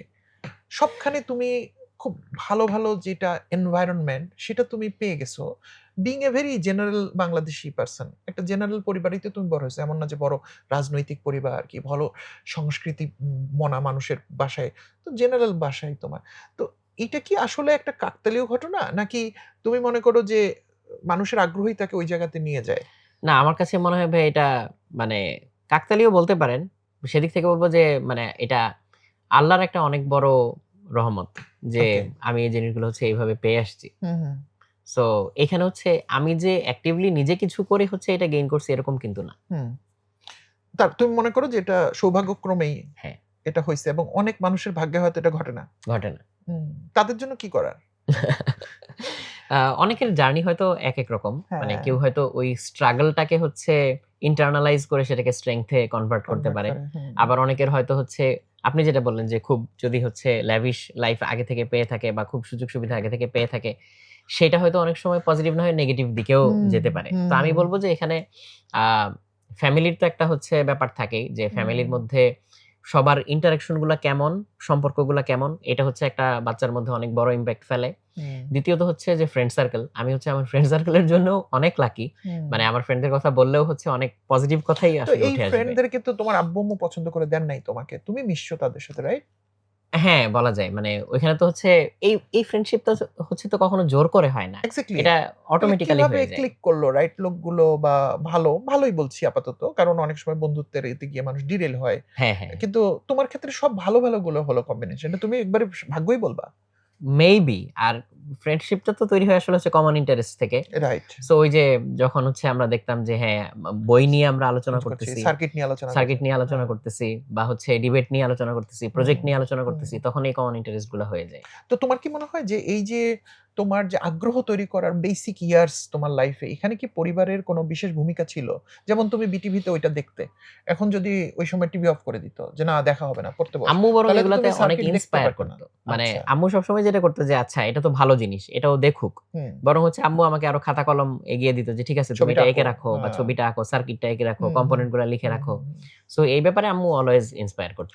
সো আমার তোমার সাথে কথা বলতে আমার একটু মনে হলো যে, একটা ছেলে বা মেয়ের আসলে বেসিক বিল্ডিং ব্লকটা যেটার উপর ভিত্তি করে সে পরে বন্ধু বাছাই করছে, লাইব্রেরিতে বই চয়েস করছে কিংবা খারাপ কাজ করছে, খারাপ বন্ধুদের সাথে মিশছে, সেটার যে চয়েস করার ক্যাপাবিলিটিটা সেটা আসলে বাসাতেই তৈরি হয় অফ কোর্স, এবং তার প্রাইমারি রেসপনসিবিলিটি মা-বাবার। অফ কোর্স এটা ভাইয়া, কি অফ ঠিক? Course, of course. ওকে। আর তখন শুধু মা-বাবা বলতে যেমন আমি তো হচ্ছে ওই যে আ শুরুর দিকে হচ্ছে আইডিয়াল স্কুলে ক্লাস 3 তে ভর্তি হওয়ার আগ পর্যন্ত তো গ্রামের কিন্ডারগার্টেন এ পড়তাম। হুম, হুম। সো ওইখানে কিন্তু শুধু বাবা-মাই যে এই জিনিসগুলো ইনপুট দিত তা কিন্তু না। আশেপাশে আমাদের হচ্ছে মামা চাচারা ছিলেন, খালারা ছিলেন কিংবা হচ্ছে ফুপুরা ছিলেন। সো ওইখান থেকেও তো আমরা হচ্ছে অনেক ইন্সপিরেশন পেয়েছি। রাইট। যেমন আমার হচ্ছে ফুফাতো ভাই-বোনরা যারা, উনারা কিন্তু আমার চেয়ে সিনিয়র। কারণ আমার আব্বা হচ্ছে উনাদের ভাই-বোনদের মধ্যে ছোট। ওকে। সো আমার ফুফাতো ভাই-বোনরা যারা ছিলেন, তারা হচ্ছে অলরেডি তখন হয়তো কেউ কলেজ পার করে ফেলেছেন বা কেউ হয়তো ডাক্তারি পড়ছেন, ইঞ্জিনিয়ারিং পড়ছেন এরকম। সো আমার হুম, চেয়ে অনেক সিনিয়র। সো উনারাও কিন্তু এই জিনিসগুলোতে গাইড করতেন। হুম, সো আমাকে হচ্ছে বইমেলায় কোন বই কিনে দিতে হবে কিংবা হচ্ছে এখন কোন পড়াটা পড়তে হবে, এই জিনিসগুলো নিয়েও গাইড করতেন। আমার ফুপার কথা এখানে না বললেই না। সো ফুপা হচ্ছে মানে উনি উনার ফ্যামিলিতে হচ্ছে যে দেখা গেছে উনারা তো অনেক সিনিয়র। যে তখন হয়তো দেখা যেত যে গ্রামে হয়তো একটা মানুষ পড়াশোনা করত। বা হচ্ছে কয়েকটা ফ্যামিলির মধ্যে একটা মানুষ হয়তো পড়াশোনা করে একটা জায়গা পর্যন্ত যেতে পারত। হুম, সো উনি ঐরকম জায়গা থেকে হচ্ছে অনেক স্ট্রাগল করে হচ্ছে অনেক সাকসেসফুল হওয়া একজন মানুষ। উনার পুরা লাইফটা ছিল হচ্ছে লার্নিং এর উপরে। হুম, উনি ইভেন হচ্ছে মানে উনার জব থেকে রিটায়ার করার পরে উনার পার্সোনাল ইন্টারেস্ট ছিল হচ্ছে ল পড়বেন। সো উনি রিটায়ার করার পরে ল পড়ে পরীক্ষা দিয়ে পাস করে উনি আবার লয়ারও হয়েছিলেন। হুম, সো এরকম একজন মানে লার্নড পারসন। সো উনিও হচ্ছে প্রচুর ইন্সপিরেশন দিতেন এবং হচ্ছে পড়াশোনার খোঁজ খবর রাখতেন, টেক কেয়ার করতেন। হুম, ফুফাতো ভাই-বোনদের বাসায় গেলেও আমার তো হচ্ছে স্বর্গরাজ্য। কারণ তাদের বাসায় এত বড় হচ্ছে বুকশেলফ এবং এত বই। হুম। সো মানে আমার আসলে সময় কাটানোর জন্য হচ্ছে আর কোন কিছুর দরকার নাই। এবং ঐখান থেকে এমন একটা জিনিস হয়ে গেছিল যে নিজের বাসায় বলেন, ফুফাতো ভাই-বোনদের বাসায় বলেন, সব জায়গাতে গেলেই আমি হচ্ছে বইয়ের সাগরে ডুবে কিন্তু থাকতাম। তুমি কি এমন কোনো বাসায় যাও নাই যেখানে বই খাতা নাই? এইটাতেই আমি এমন আসতে কোনো চাচ্ছিলাম। বন্ধুদের কাছে যাও নাই যারা এইটাতেই তোমাকে আসতে খারাপ চাচ্ছিলাম। পরামর্শ দিছে? এটাতেই অ্যা আসতে চাচ্ছিলাম যে তখন আমি যদি এমন কোন জায়গায় যাইতাম যেখানে গিয়ে আমি হচ্ছে বই পাচ্ছি না, তখন আমার কাছে খুব অস্বস্তি লাগতো। তখন হচ্ছে মানে ওই হাউস হোল্ড এর লোকজন সম্পর্কে হচ্ছে কোয়েশ্চেন চলে আসতো যে মানে কেমন মূর্খরা কি? হইলো জিনিসটা? মূর্খদের মাঝে হয়তো আসো? এইভাবে হয়তো বলব ফান না। করে। সো মানে সো ওটা ওরকম একটা তোমাকে অস্বস্তির মধ্যে ফেলতো। রাইট। কিন্তু কোনো বন্ধু-বান্ধব তোমাকে দুষ্টামি বুদ্ধি দেয় নাই যে, "চল ওই যে কি একটা ভিডিও গেম ছিল আগে আমি নাম ভুলে গেছি। মোস্তফা। ৳২ মোস্তফা খেলি চল।" এরকম বলেনি? না বা তোমার এরকম তো খেলতে ইচ্ছা অনেকেই করে নাই? খেলতো বা হচ্ছে ভিডিও গেম তো আমারও ছিল। হুম, সো না ওইখান থেকে নেগেটিভিটি তেমন তৈরি হয় নাই হুম। কখনো। সো এই আলোচনা থেকে একটা জিনিস তুমিও তো এগ্রি করলা যে বাচ্চাদের গ্রুমিং এর ক্ষেত্রে মা-বাবার একটা আসলে বিরাট ভূমিকা আছে এবং মা-বাবারাই কি করে এবং জানো? আশেপাশের মানুষেরও। আশপাশে হ্যাঁ, মা-বাবা এবং গ্রেটার পরিবার। একটা হ্যাঁ, পর্যায়ে শিক্ষকরাও চলে আসে হ্যাঁ, হ্যাঁ, সেখানে হ্যাঁ। তোমার প্রাইমারি স্কুলটা। কিন্তু দেখা যায় বাচ্চাটা যখন একটু ডিরেল হয়, মা-বাবা কিন্তু উল্টা বাচ্চাটারই দোষ দেয়। সে কিন্তু তার শর্টকামিং টা হুম। ওইটা কিন্তু সে মানতে রাজি হয় সে না। নিজে হয়তো টাইম দেয় নাই। দেয় সে নাই। নিজে সে হয়তো উল্টা টেক কেয়ার বলতেছে করে তোমার নাই। জন্য আমি এত স্যাক্রিফাইস করছি, তোমার জন্য আমি এত ইনকাম করছি এটাই হ্যাঁ, বলতে থাকে। কিন্তু তার যে শর্টকামিংস টা এটা কিন্তু দেখে না অনেক ক্ষেত্রে। হ্যাঁ। ওকে, এটা ট্রু। আর ওকে। এখন তো হচ্ছে মানে আমাদের সমাজ বাস্তবতা যেটা, যে অনেক ক্ষেত্রে হয়তো ফ্যামিলির কন্ডিশনই এমন হয় যে বাবা-মা দুজনকে আর্ন করতে হয়। না করলে হয়তো হচ্ছে সংসার হুম, টেকানোই মুশকিল হয়ে হুম, যায়। হুম, হুম। সো হয়তো আমরা একটা স্ট্রাগল এর ভিতর দিয়ে গিয়েছি। স্ট্রাগল তো ডেফিনিটলি ছিল। বাট আম্মু কিন্তু সবসময় আমাদের সাথেই ছিলেন। আমাদের ২ ভাইকে কিন্তু আম্মু একদম মানে বাসায় থেকেই হচ্ছে মানুষ করেছেন। হুম, সো এটাও আমি বলব যে আমি এদিক থেকেও আসলে এক্সট্রিমলি লাকি যে হুম, আম্মু হচ্ছে মানে অনেক পড়াশোনা করার পরেও ওই স্যাক্রিফাইস টা করেছেন যে কোন ক্যারিয়ারে না গিয়ে হুম, এরকম। হুম। সো এই জিনিসটা আসলে ইম্পোর্টেন্ট। যেমন রাইট, রাইট। এখন হচ্ছে আমার বাচ্চা বড় হচ্ছে। সো আমার ওয়াইফও তো হচ্ছে বাচ্চা হওয়ার আগে ও জব করত। পরে জায়ান হওয়ার পরে হচ্ছে ও এখনো এখনো জবে ফিরে নাই। সো এখনো জায়ানের হচ্ছে টেক কেয়ার করছে। সো সবাই হয়তো টেক কেয়ার করছে। বাট এই যে মায়ের যে মায়ের যে ভূমিকাটা এটা কিন্তু বিষয়টা। হচ্ছে খুবই আ হুম, ইম্পোর্টেন্ট এবং এরকম কিছু রিসার্চও আছে যে বাচ্চারা কিন্তু প্রাইমারিলি কিন্তু মায়ের ব্রেইন পায়। রাইট। সো হুম, মা যদি হচ্ছে একে তো হচ্ছে স্ট্রিক্ট না থাকে, দ্বিতীয়ত হচ্ছে যে এই টেক কেয়ার গুলো না করে, মা যদি উদাসীন হুম, হয় হুম, হুম। তাহলে অনেক ক্ষেত্রেই কিন্তু হচ্ছে অনেক নেগেটিভ রেজাল্ট চলে আসে। Right, right. সো মাকে হচ্ছে অনেক পজিটিভ। আমি এটা বলছি না যে যারা কর্মজীবী মা আছেন তাদের বাচ্চারা হচ্ছে মানুষ হয় না, এটা কিন্তু না। না, সেটাও হুম, হয়। হুম, বাট মা থাকলে মায়ের যে ভূমিকাটা এটা কিন্তু হুম। অন্য কিছু দিয়ে রিপ্লেস করা যায় না। রাইট, মায়ের রাইট। ভূমিকাটা ইউনিক। রাইট এবং আমার প্রসঙ্গক্রমে মনে হলো যে এই যে আমরা যখন হাউসওয়াইফ বলি, এ ধরনের মায়েদেরকে তো আমরা হাউসওয়াইফ বলি। তো আমি দেখেছি ইন্টারভিউতে বা বিভিন্ন জায়গায় যখন কাউকে জিজ্ঞেস করা যে আপনার আব্বা-আম্মা কি করে? তো হাউসওয়াইফ বলার সময় আমি দেখছি সে খুব সংকোচ নিয়ে বলে কথাটা। যে অ্যাজ ইফ তিনি কিছু করেন না। কিন্তু তোমার মায়ের ক্ষেত্রে বা আমার মায়ের ক্ষেত্রেও এটা কিন্তু প্রমাণিত যে তারা যদি হাউসওয়াইফ না হতেন, তাহলে হয়তো আমাদের ইনিশিয়াল হাতেখড়িটা ওইভাবে হতো হ্যাঁ, না। হ্যাঁ, হ্যাঁ। তার মানে রেজাল্ট এটা কি হতো আমরা আমাদের দিক জানি থেকে না। একটা লাক, তাদের দিক থেকেও একটা স্যাক্রিফাইস। স্যাক্রিফাইস। তো হাউসওয়াইফ হওয়াটাও আসলে একটা বড় প্রফেশন। যদি এটা কাজে লাগানো যায়। ওকে, চলো বুয়েটে যাই। তো আমি তো বুয়েট সম্পর্কে ওই যে যেহেতু আমি বলি কি যে যেগুলো জায়গায় আমি হোল্ড করছি, আমি গিয়েছি যেমন আমার বাড়ি রংপুর। সো আমি রংপুর নিয়ে সমালোচনা করতে পারব। এটা আমার আচ্ছা। দাবি। আমি রংপুর জেলা স্কুল আমি পারব। আমি হয়তো নটরডেম নিয়ে করব না বিকজ ওখানে আমি পড়িনি। তো বুয়েটও এরকম একটা প্রতিষ্ঠান যেটা নিয়ে আমি প্রচুর সমালোচনা করি। আমার মন চাইলে করি। কারণ এটা আমার প্রতিষ্ঠান আমি চাইলে বলতে পারি। সো বুয়েটে তোমার তোমার দেখলাম different view which is alright যেজন্য আমরা গল্প করছি। সেটা হচ্ছে তুমি কি শিক্ষকদের পড়া বুঝতে?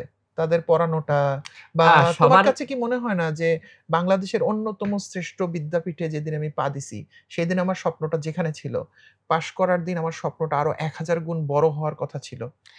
আ এইখানে একটা আর্লি এক্সপোজার এর ব্যাপার আছে। ওকে। সেটা হচ্ছে যে কলেজে যখন পড়তাম তখন তো আমি হচ্ছে উদ্ভাসেই পড়তাম। হুম, সো উদ্ভাসে হচ্ছে সোহাগ ভাই ক্লাস নিতেন, চমক ভাই ক্লাস নিতেন, মিলন দা ক্লাস নিতেন, ইমু ভাই ক্লাস নিতেন। আরো যারা ছিলেন জুয়েল ভাই কিংবা হচ্ছে বাবু ভাই। সো সবাই তো হচ্ছে আসলে ওই যে ওই মানে বুয়েটের পরিমণ্ডল থেকে আসা। হু, হু, সো ওই বুয়েটে কি হয় না হয় এটা হুম, আমরা আগে থেকেই হু, হু। আমরা হচ্ছে অ্যাকাস্টম টু হয়ে গেছিলাম। আচ্ছা। যে এইখানে হচ্ছে এই এমন নাম ধরে আমরা জানতাম যে এই টিচার হচ্ছে বোরিং পড়ায়, এই টিচার হচ্ছে legendary এরা ভালো পড়ায়। মোহাম্মদ আলী চৌধুরী স্যারের কথা আমরা তখন থেকেই জানতাম। অবশ্যই, হ্যাঁ। স্যারের ক্লাসও পেয়েছিলাম এবং একদম হাতে 100 এ 100 মিলেও গিয়েছিল যে মানে এইরকম করে আর কেউ পড়াইতো না। পড়াইতো বা এটা এত স্টুডেন্টদের প্রতি তার যে আবেগ, হ্যাঁ, হ্যাঁ। এটা এটা একদম বিরল। এটা একদম tangible লেভেলে চলে যেত। এক্সাক্টলি, ফিল করা যাইত। এক্সাক্টলি। সো এইজন্য হচ্ছে আশাভঙ্গ হওয়ার ব্যাপারটা আসলে আমার ক্ষেত্রে হয় নাই। ওকে, কারণ আমি জানতাম যে হ্যাঁ, অমুক টিচার হচ্ছে এমনই পড়াবে। আচ্ছা। ওইটা আসলে আমার নিজেরই করতে হবে। হুম, এখন বুয়েটে যারা অলরেডি আসছে, তারা মানে ক্লাসের মধ্যে হচ্ছে র‍্যান্ডম ঢিল ছুড়লেও হয়তো কোনো স্কুল বা কোনো কলেজের ফার্স্ট বয় বা ফার্স্ট গার্ল তার মাথার উপরেই গিয়ে পড়বে। রাইট। ফার্স্ট সেকেন্ডের মধ্যেই এরা থাকবে। হুম, সো এরা তো অলরেডি লাইফে অনেকগুলা স্টেজ এইভাবেই পার করে আসছে। হুম, সো এদের সবার কিন্তু ওই ইনহেরেন্ট ক্যাপাবিলিটিটা আছে এটা ওভারকাম করার। রাইট। এখন এখানে আরো কিছু সিচুয়েশন আছে। হু, হু, সেটা হচ্ছে সে হয়তো পড়াশোনার দিকটা হয়তো সে ওভারকাম করতে পারত। কিন্তু হুম, আরো কিছু ব্যাপার আছে না? কাউকে হয়তো হলে থেকে পড়াশোনা করতে হুম। হচ্ছে।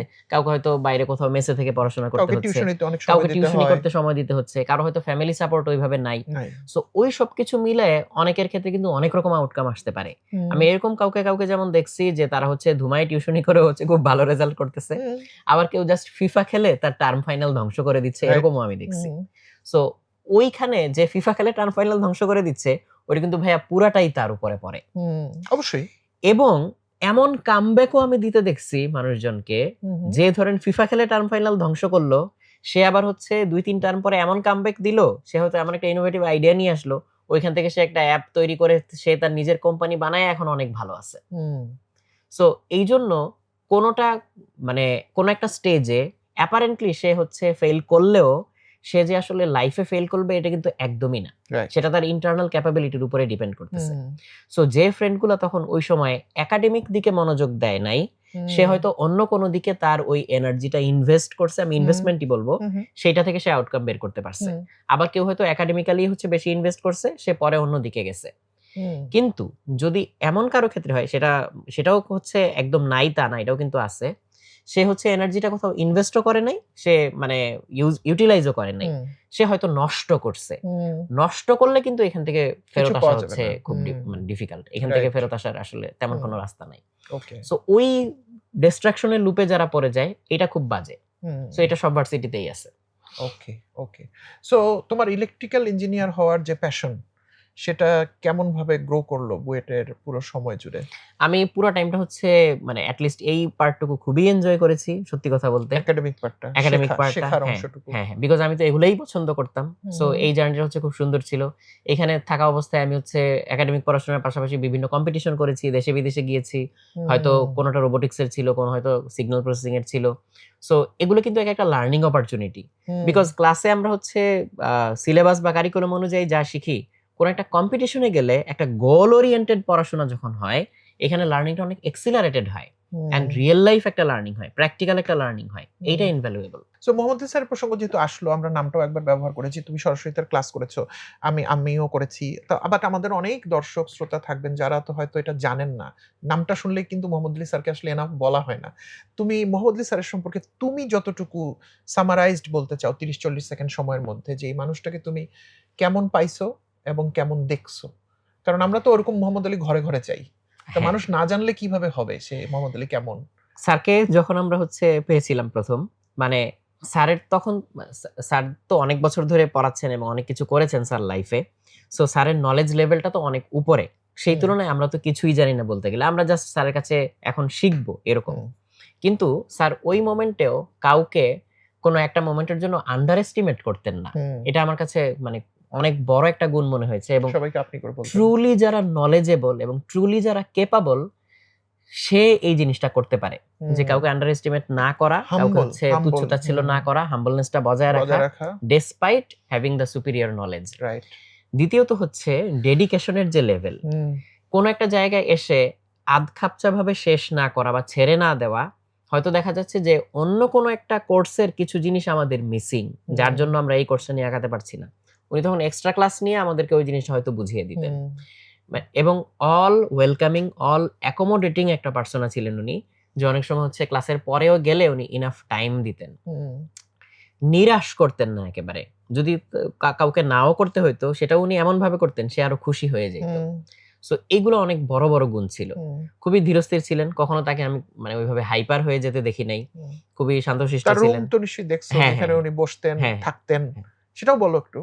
মানে খুবই সিম্পল ছিল। এবং বুয়েটে ওনার যে চেম্বারটা, যেটা আমরা প্রফেসরের রুম বলি, সেখানে উনি থাকতেন, ঘুমাতেন, সেখানে তার মুড়ির টিন থাকতো, সেখানে চানাচুরের টিন থাকতো, চিপসের প্যাকেট থাকতো, এবং আমরা গেলে উনি সেটা অফার করতেন যে এই কিছু খাইছেন, আপনি খেয়েছেন, বিস্কিট খান, এই ধরনের।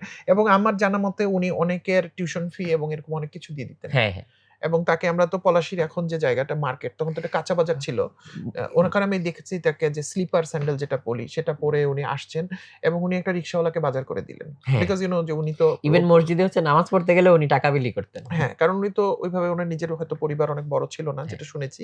বাট উনি মানুষের প্রতি যে এই যে তার একটা টান, এবং এত বড় পজিশনে থেকে যে এত স্বাভাবিক চলাফেরা করা যায়, এটা আমি ব্যক্তিগতভাবে অনেক অভিভূত হয়েছি। কারণ আমার লাইফে তো আমরা ছোট জেলা শহর থেকে আসি, আমরা বড়ত্বটাকে একটা ভিন্ন ব্যাখ্যায় দেখতাম।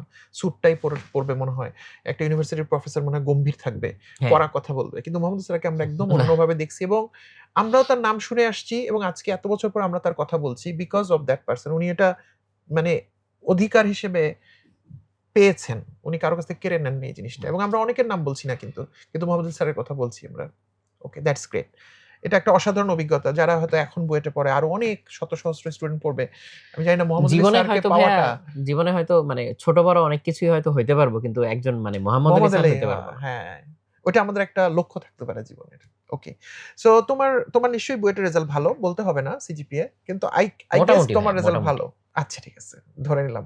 আমার ভালো রেফারেন্স আমার কাছে। আচ্ছা, আচ্ছা। বাট তোমার যে ব্যাকগ্রাউন্ড এবং অন্য কিছু এবং ধরো চমকের কথাও তুমি বললা, এরকম অনেকেই আছে যারা কিন্তু হায়ার এডুকেশন এবং আরো বেশি রিসার্চ করা, ওয়ার্ল্ডকে বড় কিছু দেওয়ার জন্য, উচ্চশিক্ষা এসবের জন্য বিদেশ চলে গেছে। কিন্তু তুমি গেলা না এবং অ্যাজ ইফ তুমি প্লেনে উঠেও নেমে আসছো টাইপের একটা পরিস্থিতি। এটা একটু নাটকীয় হলো। কিন্তু ব্যাপারটা এরকম, তোমার সবকিছু হয়ে গেছিল আমি যেটা শুনেছি। হ্যাঁ, হ্যাঁ। কিন্তু তুমি যাওনি। এটা কেন? তখন আসলে হচ্ছে মনে হয়েছিল যে আমি দেশে থাকলে এখানে হচ্ছে অনেক কিছু করার মতো আছে যেগুলো আমি এনজয়ও করব এবং এটা হুম, অনেক মানুষের লাইফে ইমপ্যাক্টও ফেলবে। হুম, সো পিএইচডি অফার যেটা আমি পেয়েছিলাম সেটা হচ্ছে ইউনিভার্সিটি অফ অ্যাক্রন থেকে।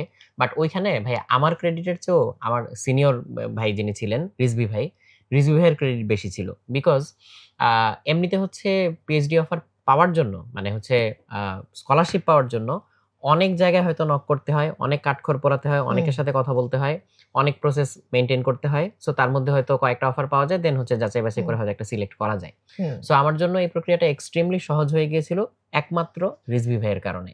তো রিজভী ভাই নিজে যে প্রফেসরের সাথে পিএইচডি করছিলেন, হুম, হুম, সো উনি তখন ওই প্রফেসরের সাথে আমাকে কানেক্ট করান এবং ভাইয়াই হচ্ছে মোস্ট অফ দ্য প্রসেস তখন হ্যান্ডেল করেছিলেন। হুম। সো ওই দিক থেকে ভাইয়ের প্রতি অনেক কৃতজ্ঞ তো বটেই, এবং আমি পরে না যাওয়াতে ভাইয়াকে যে আমি ইনকনভেনিয়েন্সটা কজ করেছি, তার জন্যও মানে ভাইয়ের কাছে আমি এক্সট্রিমলি সরি এখনো ক্যামেরায় পর্যন্ত, সরি চেয়ে এখনো নাও। পর্যন্ত। রিজভী ভাইয়ের নাম বলে নাও। না, ডেফিনিটলি রিজভীর কাছে তো কৃতজ্ঞ তো বটেই, বাট এক্সট্রিমলি সরি এখনো পর্যন্ত। বিকজ এটা তো একটা ইনকনভেনিয়েন্স যে আমি যাবো হুম, বলে লাস্ট পর্যন্ত হচ্ছে মানে আমার পার্সোনাল ডিসিশনের কারণে আমি যাই নাই। রাইট। পরে হয়তো ওই জায়গায় অন্য কেউ গিয়েছিলেন, আমার ফ্রেন্ডই হয়তো গিয়েছে। বাট ওই সময়কার জন্য তো এটা একটা ইনকনভেনিয়েন্স। হুম, সো মানে ভাইয়ার প্রতি আসলে কৃতজ্ঞতার মানে আসলেই সীমা নাই, সত্যি কথা বলতে। আর আরো ২ একটা জায়গায় হয়তো তখন কথা বলেছিলাম। বাট ফাইনালি হচ্ছে মানে একদম ভিসা টিকেট হয়ে যাওয়ার পরেও, সবকিছু ঠিকঠাক থাকার পরেও তখন হচ্ছে যাই নাই। বিকজ আমার কাছে ওই মুহূর্তে মনে হয়েছিল যে আমি এখানে থাকলে যা করতে পারবো সেটা আমি এনজয়ও করব অ্যান্ড অনেক মানুষের লাইফে টাচ করতে পারবো পজিটিভলি। হুম। সো এই ট্রেন্ডটা আমি হচ্ছে তৈরি করতে চেয়েছিলাম। সো ওই জার্নিতেই এখনো আছি। হয়তো অনেক দূর আগাতে পারি নাই। বাট কিছু না কিছু তো হচ্ছে করা অগ্রগতি হচ্ছে। হচ্ছে। হ্যাঁ, হুম, হ্যাঁ। সো ওই জায়গাটা নিয়ে কাজ করছি। হুম, সো একেকটা জায়গায় ওই প্যাশনটাকে হচ্ছে ঢেলে দিয়ে ঐরকম কাজ করার মতো কিছু মানুষ দরকার। সো হুম, একেকটা সেক্টরে হচ্ছে এই জিনিসগুলোর মাধ্যমে, এই মানুষগুলোর এফোর্ট এর কারণে হচ্ছে ওই জিনিসগুলো দাঁড়ায়। হুম, যেমন যেমন এখন যে বিজ্ঞান বাক্স নিয়ে কাজ করছি, সো হুম, এটা হুম, সোহাগ ভাইয়ের একটা ড্রিম প্রজেক্ট ছিল যে হুম, অনেক কাঠখড় পুড়িয়ে হচ্ছে ভাই এটাকে দাঁড় করিয়েছেন। হুম, সো এটা তো তখন প্রচলিত কিছু একটা জিনিস ছিল হুম, না। হুম, বাংলাদেশে তো এই জিনিস ছিল না। বাংলাদেশের ১ম সায়েন্স কিটই কিন্তু বিজ্ঞান বাক্স। হুম, সো ওই ভিশনটা হচ্ছে আমার খুব ভালো লাগে এবং হুম, এখানে যাদেরকে নিয়ে কাজ করা, বাচ্চাদেরকে নিয়ে কাজ করা, হুম, আমার নিজেরও এখন একটা ছোট বাচ্চা আছে। হুম, সো হুম, এই জার্নিটা তো আমি নিজের চোখে দেখছি এখন। হুম, সো এটা আমার কাছে হচ্ছে ফার মোর ইমপ্যাক্টফুল মনে হয়। হুম, সো এই ইমপ্যাক্টটা আমি হচ্ছে রিয়েলি মন থেকেই রাখতে চাই। তো ওইজন্য হচ্ছে এই জিনিসটা নিয়ে হচ্ছে স্টিক করা। হুম, আর এর মধ্যে ওই যে আমার লাইফ লং যারা হিরো তারা কিন্তু সবাই টিচার। হুম, সো ওই টিচিং পারসোনা যেটা, এটা আবার আমার মধ্যে আছে। সো হুম। সবকিছু মিলিয়ে এটা কিন্তু আমার জন্য একটা স্যাটিসফাইং জার্নি। ওকে, ওকে। সো তোমার এখনকার টাইটেল হচ্ছে তুমি অন্যরকম এডটেক লিমিটেড এর সিইও। সেটারই একটা ইয়া হচ্ছে আমাদের বিজ্ঞান বাক্স। বিজ্ঞান বাক্স, হ্যাঁ। বাট সিইও আমার জীবনে আমি এখনো সিইও হইতে পারিনি আরকি। বাট তুমি আমি যদি বলে ফেলি ইয়াংগেস্ট সিইও এটা মনে হয় বেশি হয়ে যাবে। আমি আজকে একবার ভাবছিলাম কারণ আরো হয়তো অল্প না বয়সী আরো কেউ অনেকে, থাকতে হ্যাঁ, পারে। অনেকে ইয়াং সো আমরা সিনিয়র আছে। ইয়াংগেস্ট যাচ্ছি না বাট অন্যতম একজন সিইও যে কিনা খুব অল্প বয়সে তোমাকে সিইওশিপ দেয়া হয়েছে বা তুমি অর্জন করে নিছো। এটা আসলে কেমন? আ একদিক বিইং থেকে আ সিইও। একদিক থেকে বলতে গেলে এখানে তো হচ্ছে প্রচুর প্রেশারের সাইড আছে। সো অনেক হুম, প্রেশার হ্যান্ডেল করতে হয়। অ্যান্ড সত্যি কথা বলতে হচ্ছে আমি হচ্ছে আগে থেকে যে বিজনেস ব্যাকগ্রাউন্ডে আ অনেক কিছু জেনে বুঝে আসছি এরকম কিন্তু না। সো হুম, সিইওর কাজ কিন্তু আসলে হচ্ছে ওই বিজনেসটাকে হচ্ছে টেক কেয়ার করা। হুম, সো ওই জায়গায় হচ্ছে অনেক কিছু হয়তো ঠেকে শিখতে হয়েছে, ভুল করে শিখতে হয়েছে। হুম, অ্যান্ড এখানেও আমি বলব যে আমি লাকি অ্যান্ড এক্সট্রিমলি হচ্ছে গ্রেটফুল বিকজ ওই সুযোগটা আমি পেয়েছি। হুম, সো এই সুযোগটা পাওয়াটাও হচ্ছে অনেক বড় একটা ব্যাপার। হুম, বিকজ ভুল থেকে শিখতে গেলেও দেখা যায় যে অনেক সময় ভুল অনেক কস্টলি হয়ে যেতে পারে, হুম, হুম, ভুল অনেক ডিজাস্ট্রাস হয়ে যেতে পারে। হুম, বাট ওই ভুল করলে ভুল থেকে যে শেখা যায় সেই শেখাটা হচ্ছে স্টিক করে। হুম, সো ওই দিক থেকে হচ্ছে আমার প্রচুর লার্নিং হয়েছে। এই জিনিসগুলো হয়তো আমি অন্যভাবেও শেয়ার করব। হয়তো এই জার্নি থেকে আমি যা শিখেছি এটা হয়তো একটা বই লিখে আমি শেয়ার করতে পারি, বা এটা নিয়ে আলাদা একটা পডকাস্টের সিরিজ হতে পারে, যেটা আবার হচ্ছে ইয়াং এন্টারপ্রেনার এবং সিইও যারা আছে তাদের হয়তো কাজে লাগতে পারে। সো সেটাও আমি শেয়ার করব। বাট এখানে হচ্ছে প্রেশারের মোমেন্ট যেমন আছে, ঠিক তেমনি আবার হচ্ছে স্যাটিসফ্যাকশনের মোমেন্টগুলো আছে। যখন কোনো একটা কিছু নিয়ে ব্রেক থ্রু হয় বা কোনো একটা ভালো কাজ হয়, তখন এটা নিয়ে অনেক স্যাটিসফ্যাকশন কাজ করে। অ্যান্ড কন্টিনিউয়াস যে হাঙ্গারটা, যে জার্নিটা, যেটাকে আরো বড় করতে হবে, আরো প্রপার করতে হবে, আরো ইম্প্যাক্টফুল করতে হবে, এবং 24 ঘন্টা মাথার মধ্যে হচ্ছে ওই জিনিসটা নিয়ে, এই জিনিসটাকে নিয়ে এফোর্ট দেওয়া, মানে অল আউট 360 ডিগ্রি একটা এফোর্ট দেওয়া, এটা একটা অন্যরকম এক্সপেরিয়েন্স।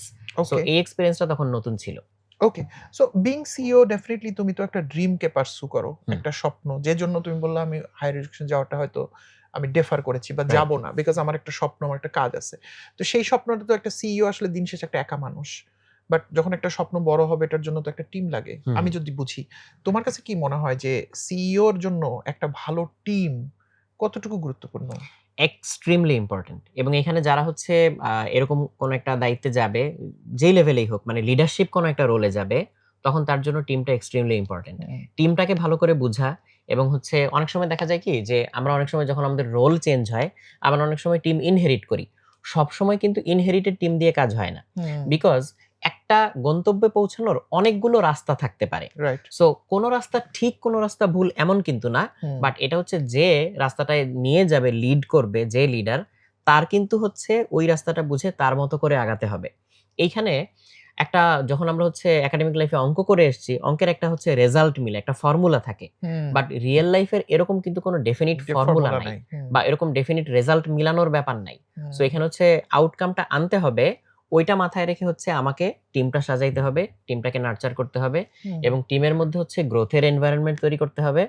এবং এখানে হচ্ছে যারা কাজ করবে, তাদের যদি হচ্ছে ওই ভিশন অ্যালাইনমেন্টটা না থাকে, যেই ড্রিমটা আমি দেখছি বা যেই ড্রিমটা নিয়ে আমরা কাজ করছি, এই ভিশন অ্যালাইনমেন্টটা না থাকলে ওই টিম কিন্তু ফাংশন করবে না।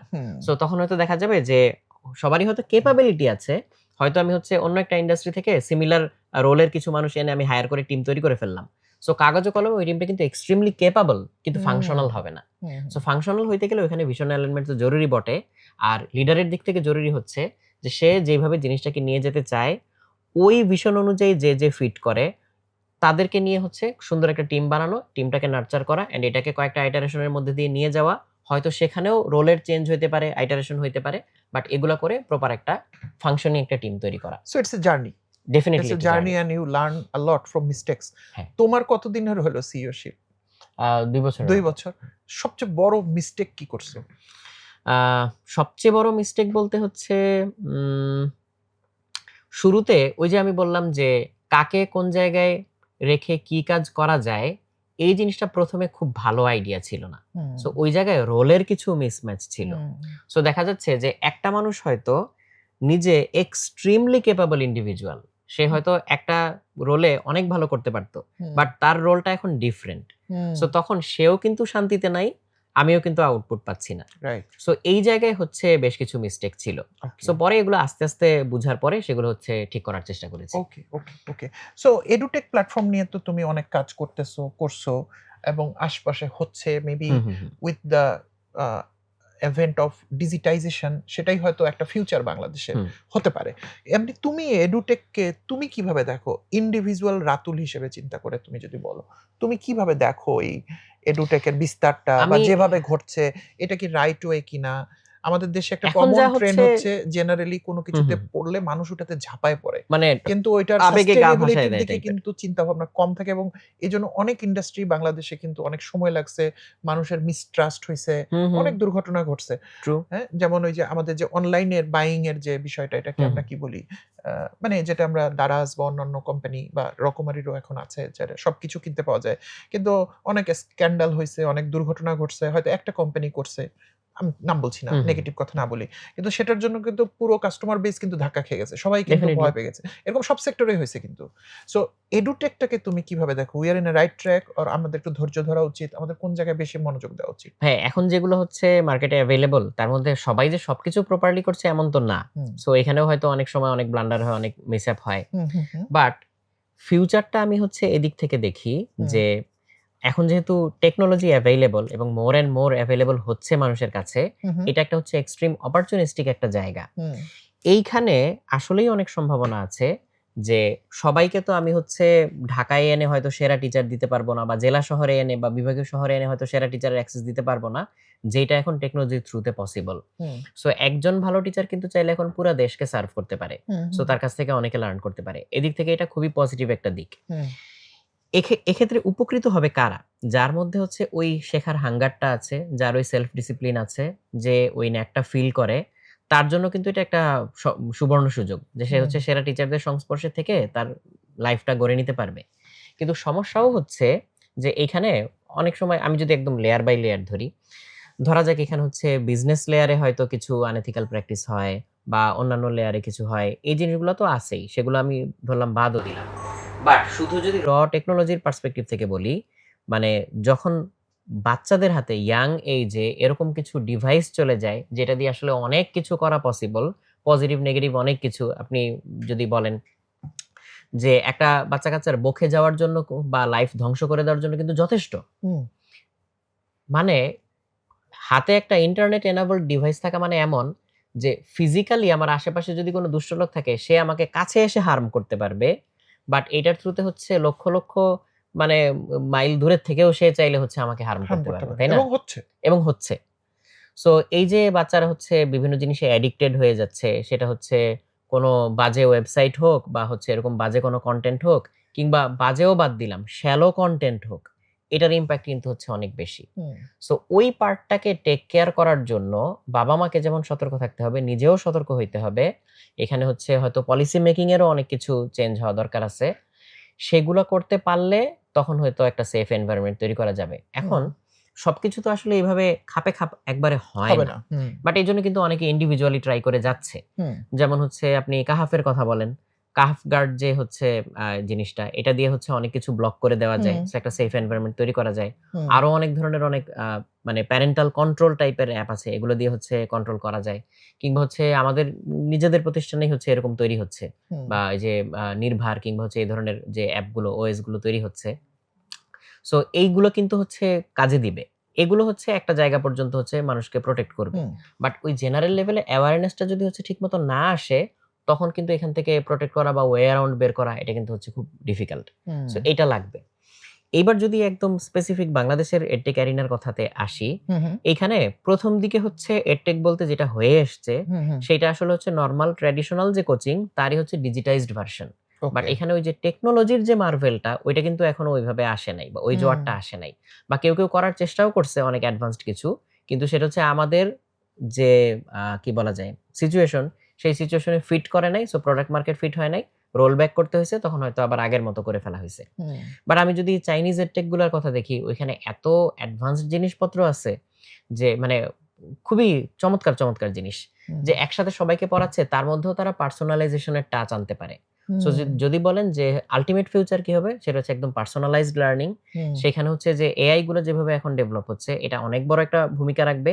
হুম, সবাই একসাথে এক জিনিস একভাবে শিখবে না। হুম, তার নিজের পাথওয়ে তৈরি করে নিবে। মাস্টারি বেসড লার্নিং যেটা আগে হচ্ছে ফ্যাক্টরি মডেলে করা সম্ভব ছিল না। বাট এখন পার্সোনাল লেভেলে সেই মাস্টারি বেসড লার্নিংটা এআই এর মাধ্যমে সম্ভব। ওকে। সো এআই টেকনোলজি এখানে ইন্টিগ্রেটেড হবে বা হচ্ছেও। হুম, হুম, সো এখানে আমি একটা ব্রাইট ফিউচার দেখতে পাচ্ছি। বাট ওকে। ওই যে লুপ হোল গুলা বা আমি হচ্ছে পিটফল গুলার হ্যাঁ, কথা হ্যাঁ, হ্যাঁ, বললাম, হ্যাঁ। সেইটা টেক কেয়ার না করলে অনেকের জন্য এটা ডিজাস্ট্রাস হবে। যারা ওইটা ওয়ে অ্যারাউন্ড বের করে নিতে পারবে, তারা ঠিকই হচ্ছে লাভবান হবে। ওকে, ওকে, গ্রেট। অনেক, অনেক ইম্পোর্টেন্ট জিনিস জানলাম। আমি যদি বাংলাদেশের এডুটেক মার্কেটটার দিকে তাকাই, আমার কাছে মনে হয় it's a red ocean market. Red ocean মানে কাটথ্রোট হ্যাঁ, হ্যাঁ, কম্পিটিশন। কিন্তু ডেফিনিটলি। আসলে বিজনেসটা শুরুই হইছে কেবল। এখানে তো হিউজ অপরচুনিটি। আমরা তো এটাকে ব্লু ওশেন বলি বিজনেসে। যে এখানে আসলে এত নিজেদের ভেতর কাটাকাটি না করে কোয়ালিটির দিকে ফোকাস করবে, মানুষের স্প্রেড হইতে থাকবে। আজকে থেকে হয়তো ১০ বছর পর কাটথ্রোট হইতে পারে। কিন্তু আমরা দেখছি যে এখানে হয়তো ছাড় দেওয়া কিংবা টিচার নিয়ে আসার জন্য তাদেরকে অনেক বেশি ফেসিলিটি দেওয়া, যেটা কিনা হয়তো একটা ইয়াং টিচারের যে লাইফস্টাইল সেটাকেও কিন্তু নষ্ট করে দিচ্ছে। অনেক ক্ষেত্রে আমরা অনেক এরকম ক্ষেত্রে। প্র্যাকটিস দেখতে পাচ্ছি। এটা ইথিক্যাল আনইথিক্যাল এর মধ্যে আমি যাব না। কারণ বিজনেসে সবকিছু ভ্যালিড হয়ে যায় একটা সময়। কিন্তু আল্টিমেটলি কি হচ্ছে? মানুষের মনোযোগ কিন্তু কোয়ালিটির দিকে নাই। মানুষের মনোযোগ হয়ে যাচ্ছে কিভাবে আমি স্টুডেন্ট গ্র্যাব করব, কিভাবে জনপ্রিয় শিক্ষকটাকে আমি আনতে পারবো। ভাইরালিটি। ভাইরালিটিটার দিকে বেশি মনোযোগটা আছে। হুম। আমি জানি না এটা শুনে কারো মনে রাগও আসতে পারে। কিন্তু আল্টিমেটলি আমরা সবাই তো ইন্ডাস্ট্রিটাকে একটা প্রেশারের মধ্যে ফেলছি। কারণ এই কাজটা তো আরেকজনও করার চেষ্টা করবে। কালকে আরেকজন হবে, সে কিন্তু এভাবেই মডেলটা নিয়ে চিন্তা শুরু করবে। এটার কারণ আছে ভাইয়া। এইটা বাংলাদেশে কেন হচ্ছে, নাকি এটা ইন্টারন্যাশনাল ট্রেন্ড? না ভাইয়া, এটার কারণ আছে। কারণ হচ্ছে যদি আপনি বলেন যে এটা এখন কেন হচ্ছে আর ফিক্স করার উপায় কি? আমি আমার পার্সপেক্টিভ বলতে পারি। অনেকে হয়তো আমার সাথে এগ্রি করবে, অনেকে ডিসএগ্রিও করতে পারে। সমস্যা বাট নেই আমি কিছু। যতটুকু দেখছি আমি ওটার বেসিসে বলব।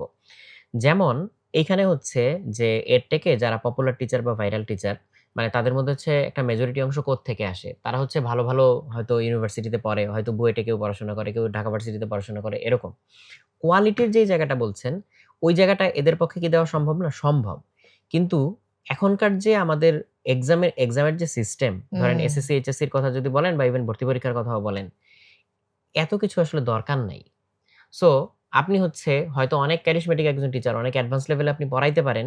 বাট স্টুডেন্ট বলবে যে এটা তো আমার দরকার নাই। হুম, সো এই দরকার নাই দেখে ওই শ্যালোনেসটা আমরা কাটায় উঠতে পারতেছি না। হুম। কাটায় উঠতে পারতেছি না বলে যার পক্ষে ১০০ দেওয়া সম্ভব, সে দেখতেছে 70 দিলেই হচ্ছে কাজ ইনাফ, হয়ে যাচ্ছে। কাজ হয়ে হুম, যাচ্ছে। সো এজন্য ওই একটা লেয়ারের উপরে না আমরা উঠতে পারতেছি না। রাইট। সো এইখানে যদি হচ্ছে ওই পরীক্ষার সিস্টেমটা যদি হচ্ছে আরো প্রপার করা যায়, রিয়েলি হচ্ছে মেধা যাচাই করার মতো যদি হচ্ছে একটা সিস্টেম তৈরি করা যায়, স্ট্যান্ডার্ডাইজড এক্সাম এর মতো যদি করা যায়, হুম, বা হচ্ছে ইভেন ইংলিশ মিডিয়ামেও যে কারিকুলাম সেখানে অ্যাকচুয়ালি পড়াশোনা করে অনেক কিছু দেখাইতে হয়, প্র্যাকটিক্যাল অনেক কিছু করতে হয়।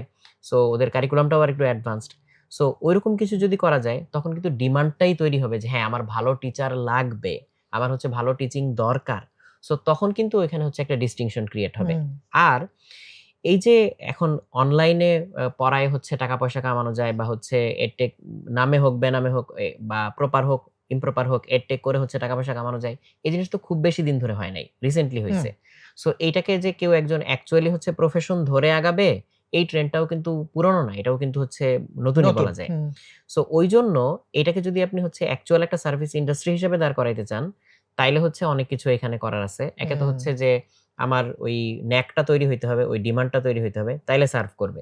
যেমন আপনি যদি হচ্ছে জাপান বা কোরিয়ার কথা দেখেন, ওইখানে হচ্ছে মানে যেগুলো হচ্ছে অ্যাকচুয়াল স্কুল কলেজ ফ্যাসিলিটি বা সরকারি যেগুলা বা প্রাইভেটও যেগুলা, ওইখানে কিন্তু অলরেডি ভালো পড়াশোনা হয়। হুম, তারপরেও পোলাপান কিন্তু এক্সট্রা কেয়ার এর জন্য হচ্ছে হুম, আরো অনেক ধরনের হচ্ছে এই যে কোচিং টাইপের যেগুলো আছে এগুলোর কিন্তু দ্বারস্থ হয়। হুম, বিকজ তারা হচ্ছে ওই কাটথ্রোট কম্পিটিশনটার ভিতর দিয়ে গিয়ে তারা best of the very best পারফরম্যান্সটা হচ্ছে বের করে আনতে চায়। হুম, চায়নাতেও হচ্ছে এরকম বড় পরীক্ষা-টরীক্ষা হয়।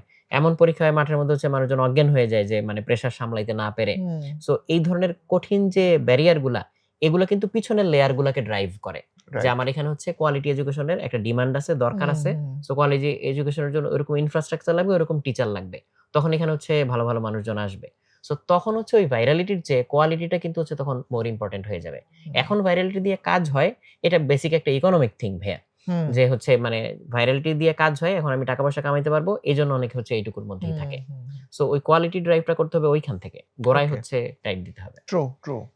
ঠিক আছে। আমরা অনেকক্ষণ ধরে কথা বলতেছি। আমরা আস্তে ক্লোজিং এর দিকে যাবো। বাট আমার স্টিল কয়েকটা গুরুত্বপূর্ণ পয়েন্ট আছে। একটু ফাস্ট ফরওয়ার্ড মোড এ ২ ১ টা প্রশ্ন করব তোমাকে। তুমি যত দ্রুত সম্ভব, এই যে প্যাশন আর প্রফেশন আমরা খুব শুনি। তুমি তো প্যাশনই ড্রাইভ করছো এবং আল্টিমেটলি এটা তোমার প্রফেশন হয়ে যাচ্ছে। তুমি নতুন যারা চাকরিতে আসবে, ব্যবসায় আসবে, বা কি পরামর্শ দিবা তাদেরকে এই জায়গাতে? আসলে এটা কি ম্যাটার করে? প্যাশন এবং প্রফেশন এর জায়গাটা? নাকি বাংলাদেশের মতো দেশের জন্য এটা একটু বিলাসিতার মতো কথা? যেখানে আসলে এত বেকার, এত মানুষের সুযোগ নাই। একদম জেনারালাইজ করা আসলে ঠিক হবে না। হুম, বাট কিছুটা হলেও তো ডেফিনিটলি ম্যাটার করে। হুম, বিকজ ওই যে যেটা বললাম যে ক্যারিয়ার ল্যাডার এ আগাতে গেলে যেই লার্নিং মেন্টালিটি রাখতে হয়, বা হুম, এই মানে স্টেপ বাই স্টেপ হচ্ছে আগাতে হয়, সেটা যদি একদমই তার প্যাশনের সাথে ম্যাচ না করে হু, তাহলে হু, কিন্তু এটা খুব ডিফিকাল্ট। হু, হু, তখন তার জন্য হচ্ছে লাইফটা অনেক মানে হয়তো কাম্বারসাম হয়ে যায়, অনেক বোরিং হয়ে যায়। হুম, সো ঐজন্য আসলে হচ্ছে ওই ধরনের দিকেই ডেফিনিটলি শুরু থেকে যাওয়ার চেষ্টা করা উচিত, হুম, যেটা হচ্ছে তার প্যাশনের দিকে যায়। হুম, হুম, এখন অনেকে হয়তো বলবে যে আমি তো আমার প্যাশন খুঁজেই পাই না। হুম, সো তখন এক্সপ্লোরেশন এর জন্য ডেফিনিটলি টাইম রাখা উচিত। রাইট। ছোট কিছু কাজ করা উচিত। হুম, পাশাপাশি কিছু কাজ করে দেখা উচিত। হুম, এক্সপ্লোর করে দেখা উচিত। হুম, তৃতীয়ত হচ্ছে যে ঠিক আছে, আমি বুঝলাম আমার প্যাশন এইটা। বাট ওইখানে তো আমি আমার জব ল্যান্ড করাইতে পারতেছি না। হুম, বিকজ অপরচুনিটি নাই, কিংবা হচ্ছে কি বলা যায়? ট্রেনিং কিংবা এবিলিটিরও প্রশ্ন থাকতে পারে। হুম, সো তখন অন্তত কোন এক জায়গায় আমি আগে ঢুকবো। ঢুকে আমি হচ্ছে অন্তত ওয়ার্ক এথিক গুলার সাথে পরিচিত হই। আমি হচ্ছে লার্নিং মেন্টালিটিটা হচ্ছে ধরে রাখি। প্রোডাক্টিভিটিটা আমি মেইনটেইন করার চেষ্টা করি। এই পার্সোনাল ডিসিপ্লিন গুলো যখন চলে আসবে, তখন হয়তো আমি হচ্ছে সেক্টরও সুইচ করতে পারবো। সো এটা তখন হচ্ছে বুঝে আগানোর ব্যাপার। ওকে, ওকে। আ তোমার একটা বিষয়, আমার একটা প্রশ্ন আছে। তুমি একটা টেলিভিশনে, নাম বলছি না, তুমি একটা বাচ্চাদের প্রোগ্রাম করতা সায়েন্স হুম, রিলেটেড হুম, এবং হুম। এটা হিউজলি পপুলার ছিল। হ্যাঁ, হ্যাঁ। তুমি অন্য এডুটেক প্ল্যাটফর্মেও শিক্ষকতা করছো। সেখানেও তুমি হিউজ পপুলার ছিলা। ছিলা বলতেছি এইজন্য কারণ ওই পপুলারিটি গুলো আমার মনে হয় না তুমি এখন খুব বিশেষ কিছু কাজে লাগাও। তাহলে তো তুমি ওগুলো করতেই থাকতা। হুম, হুম। ওটাকে আরো বাড়ানো। এইজন্য ছিলা শব্দটা বলছি।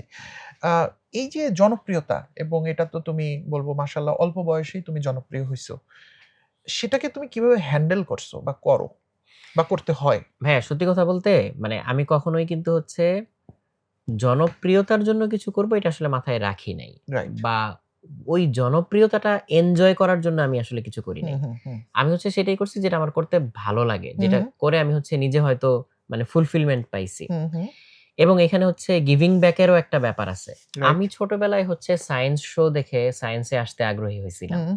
এইজন্য আমি সায়েন্স শো করতে আগ্রহী হইছি যে এইটা দেখে কেউ হয়তো ২০ বছর পরে বলবে যে আমি ছোটবেলায় এই ওই শোটা অনুষ্ঠানটা দেখে দেখে এক্সাক্টলি। ইন্সপায়ার হইছি। সো এই গিভিং ব্যাক এর একটা ব্যাপার আছে। আচ্ছা। এবং আমার যে হচ্ছে টিচিং এ আসা এটারও কিন্তু হচ্ছে এখান থেকেই। আমি আমার জীবনে অনেক ভালো, ভালো টিচার পাইছি, অনেক ক্যারিশমেটিক টিচার পাইছি, সোহাগ ভাইদেরকে পাইছি, স্কুলের টিচারদেরকে পাইছি। সো ভাইয়ারা আমাদেরকে যেভাবে ইন্সপায়ার করছেন এবং হচ্ছে টিচাররা, সো সেইটারও গিভিং ব্যাক এর ব্যাপার আছে। সো হুম, আমি চেয়েছিলাম যে এখানে হচ্ছে আমি যদি টিচিং এর থ্রুতে এরকম কিছু করতে পারি, যে ওইখান থেকে ১ জন ২ জন হইলেও ইন্সপায়ার্ড হবে যে হ্যাঁ, আমিও অনেক ভালো একজন টিচার হব। সো সে কিন্তু তার পরের জেনারেশনকে ইন্সপায়ার করতে পারবে। সো এই লুপটা কিন্তু চালু থাকবে। সো এইটা আমাকে বরং হচ্ছে মোর স্যাটিসফ্যাকশন দেয় এবং মোর ড্রাইভ করে। রাদার দ্যান হচ্ছে যে মানে কত মানুষ হচ্ছে হুম। মানে ভালো বলল বা পপুলার বলল এটার জন্য। বাট সেটা হয়তো তোমার লক্ষ্য না। হুম, কিন্তু সেটা তো তুমি পেয়ে যাচ্ছ বা হুম, হুম। পেয়ে গেছিলা বা পেয়ে গেছো। সেটা তো ওইটা এক বাই ধরনের প্রোডাক্ট। প্রেশার ক্রিয়েট করে নাকি সেটার প্রতি একটা আগ্রহ তো তৈরি হওয়াটা খুব স্বাভাবিক নাকি? বা যেহেতু সেটাকে তুমি ফেলে আসতেছো কিভাবে? সেটাকে ছাড়তে পারতেছো কিভাবে? আচ্ছা। যেমন টেলিভিশন প্রোগ্রাম তুমি করো না। হুম, হুম। ডেফিনিটলি তোমার ওই জায়গাটা থেকে তুমি সরে আসছো। হ্যাঁ, কারণ ডেফিনিটলি আছে। কিন্তু ওই যে জনপ্রিয়তাটার বা এই যে সুযোগটা ওইটা তো আরো মিলিয়ন হতে পারে, বিলিয়ন হতে পারত। পারে। সেটা তুমি ছাড়লা কিভাবে? কিভাবে ছেড়ে দিতে পারা যায়? এটা আমার প্রশ্ন। আচ্ছা। যেহেতু ওইটা আমার প্রাইমারি টার্গেট ছিল না, হু, হু। যে just fame, hmm. Byproduct ছিল। এইজন্য ছাড়াটা সহজ। ওকে। কারো যদি হচ্ছে ওইটা প্রাইমারি প্রাইমারি টার্গেট হয় থাকে তখন তাহলে কিন্তু সে ছাড়াটা এটা ডিফিকাল্ট। হ্যাঁ। হুম, ওকে। সো মানে কাজটাকে যদি আমি রিওয়ার্ড হিসেবে নেই হুম, যে হুম, কাজটা ভালো হইলো, এটা ইটসেলফ রিওয়ার্ড, হুম, তাইলে তখন বাকি আর কিছু আমার কাছে ম্যাটার করবে না। ওকে। বাট আমি যদি কাজটাকে এমনভাবে হচ্ছে মানে শো হিসাবে করতে চাই যে কাজের চেয়ে হচ্ছে আমার ওই রিকগনিশনটা হচ্ছে বেশি জরুরি, তাইলে আমি এই ওইটা লুপের ওইটা মধ্যে তো পড়ে এবং যাব। তখন একটা প্রবলেম তৈরি তখন হবে। প্রবলেম ক্রিয়েট করবে। ওকে। সম্ভবত আমার শেষ প্রশ্ন সেটা হচ্ছে এটা একটু ওয়াইড কোয়েশ্চেন হবে। এই যে তুমি বা আমিও বিটিভিতে আমরা ভালো প্রোগ্রাম দেখতাম। এখন কি হয় আমি আসলে জানি না। কাজেই আমি বিটিভি ভালো হয় না বলতে চাচ্ছি না। বাট আমার চোখে পড়ে না।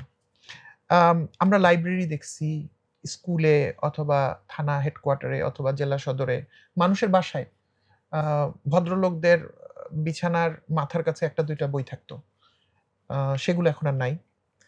আমরা ভালো কিছু শিক্ষক পেয়েছি। তারা হয়তো সংখ্যায় অনেক ছিলেন না। তুমি সৌভাগ্যবান অনেক বেশি মানুষকে পাইছো। আমি অল্প কিছু হলেও পাইছি। কিন্তু সেরকম শিক্ষকও আমরা আসলে পাই না। মা-বাবার কথা তো আমরা একটু আগেই বললাম। তারা too busy in earning and managing their status. বাচ্চাদেরকে দেখার সুযোগ হচ্ছে না। তাহলে একটা ছেলে বা মেয়ে এবং বিশেষ করে বাংলাদেশ জনবহুল কান্ট্রি। এ দেশে কিন্তু মানুষই শক্তি, মানুষই দুর্বলতা। তো এই মানুষগুলো যে আমাদের তৈরি হচ্ছে, যারা গ্রোন আপ তাদেরকে নিয়ে আমি কোনো আলাপই করছি না।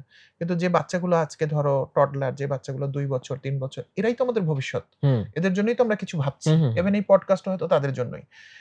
তো তাদের তো গ্রোথের বা তাদেরকে বিল্ডিং ব্লক ক্রিয়েট করার মেইন জায়গাগুলো তার মা-বাবা, তার আত্মীয়স্বজন, তার ইকোসিস্টেম, তার স্কুল, তার লাইব্রেরি, তার ব্রডকাস্ট চ্যানেলগুলো যেটার মাধ্যমে সে দেখতেছে এবং শিখতেছে, সেখানে তো কোথাও প্রয়োজনের সিকিভাগও আসতেছে না।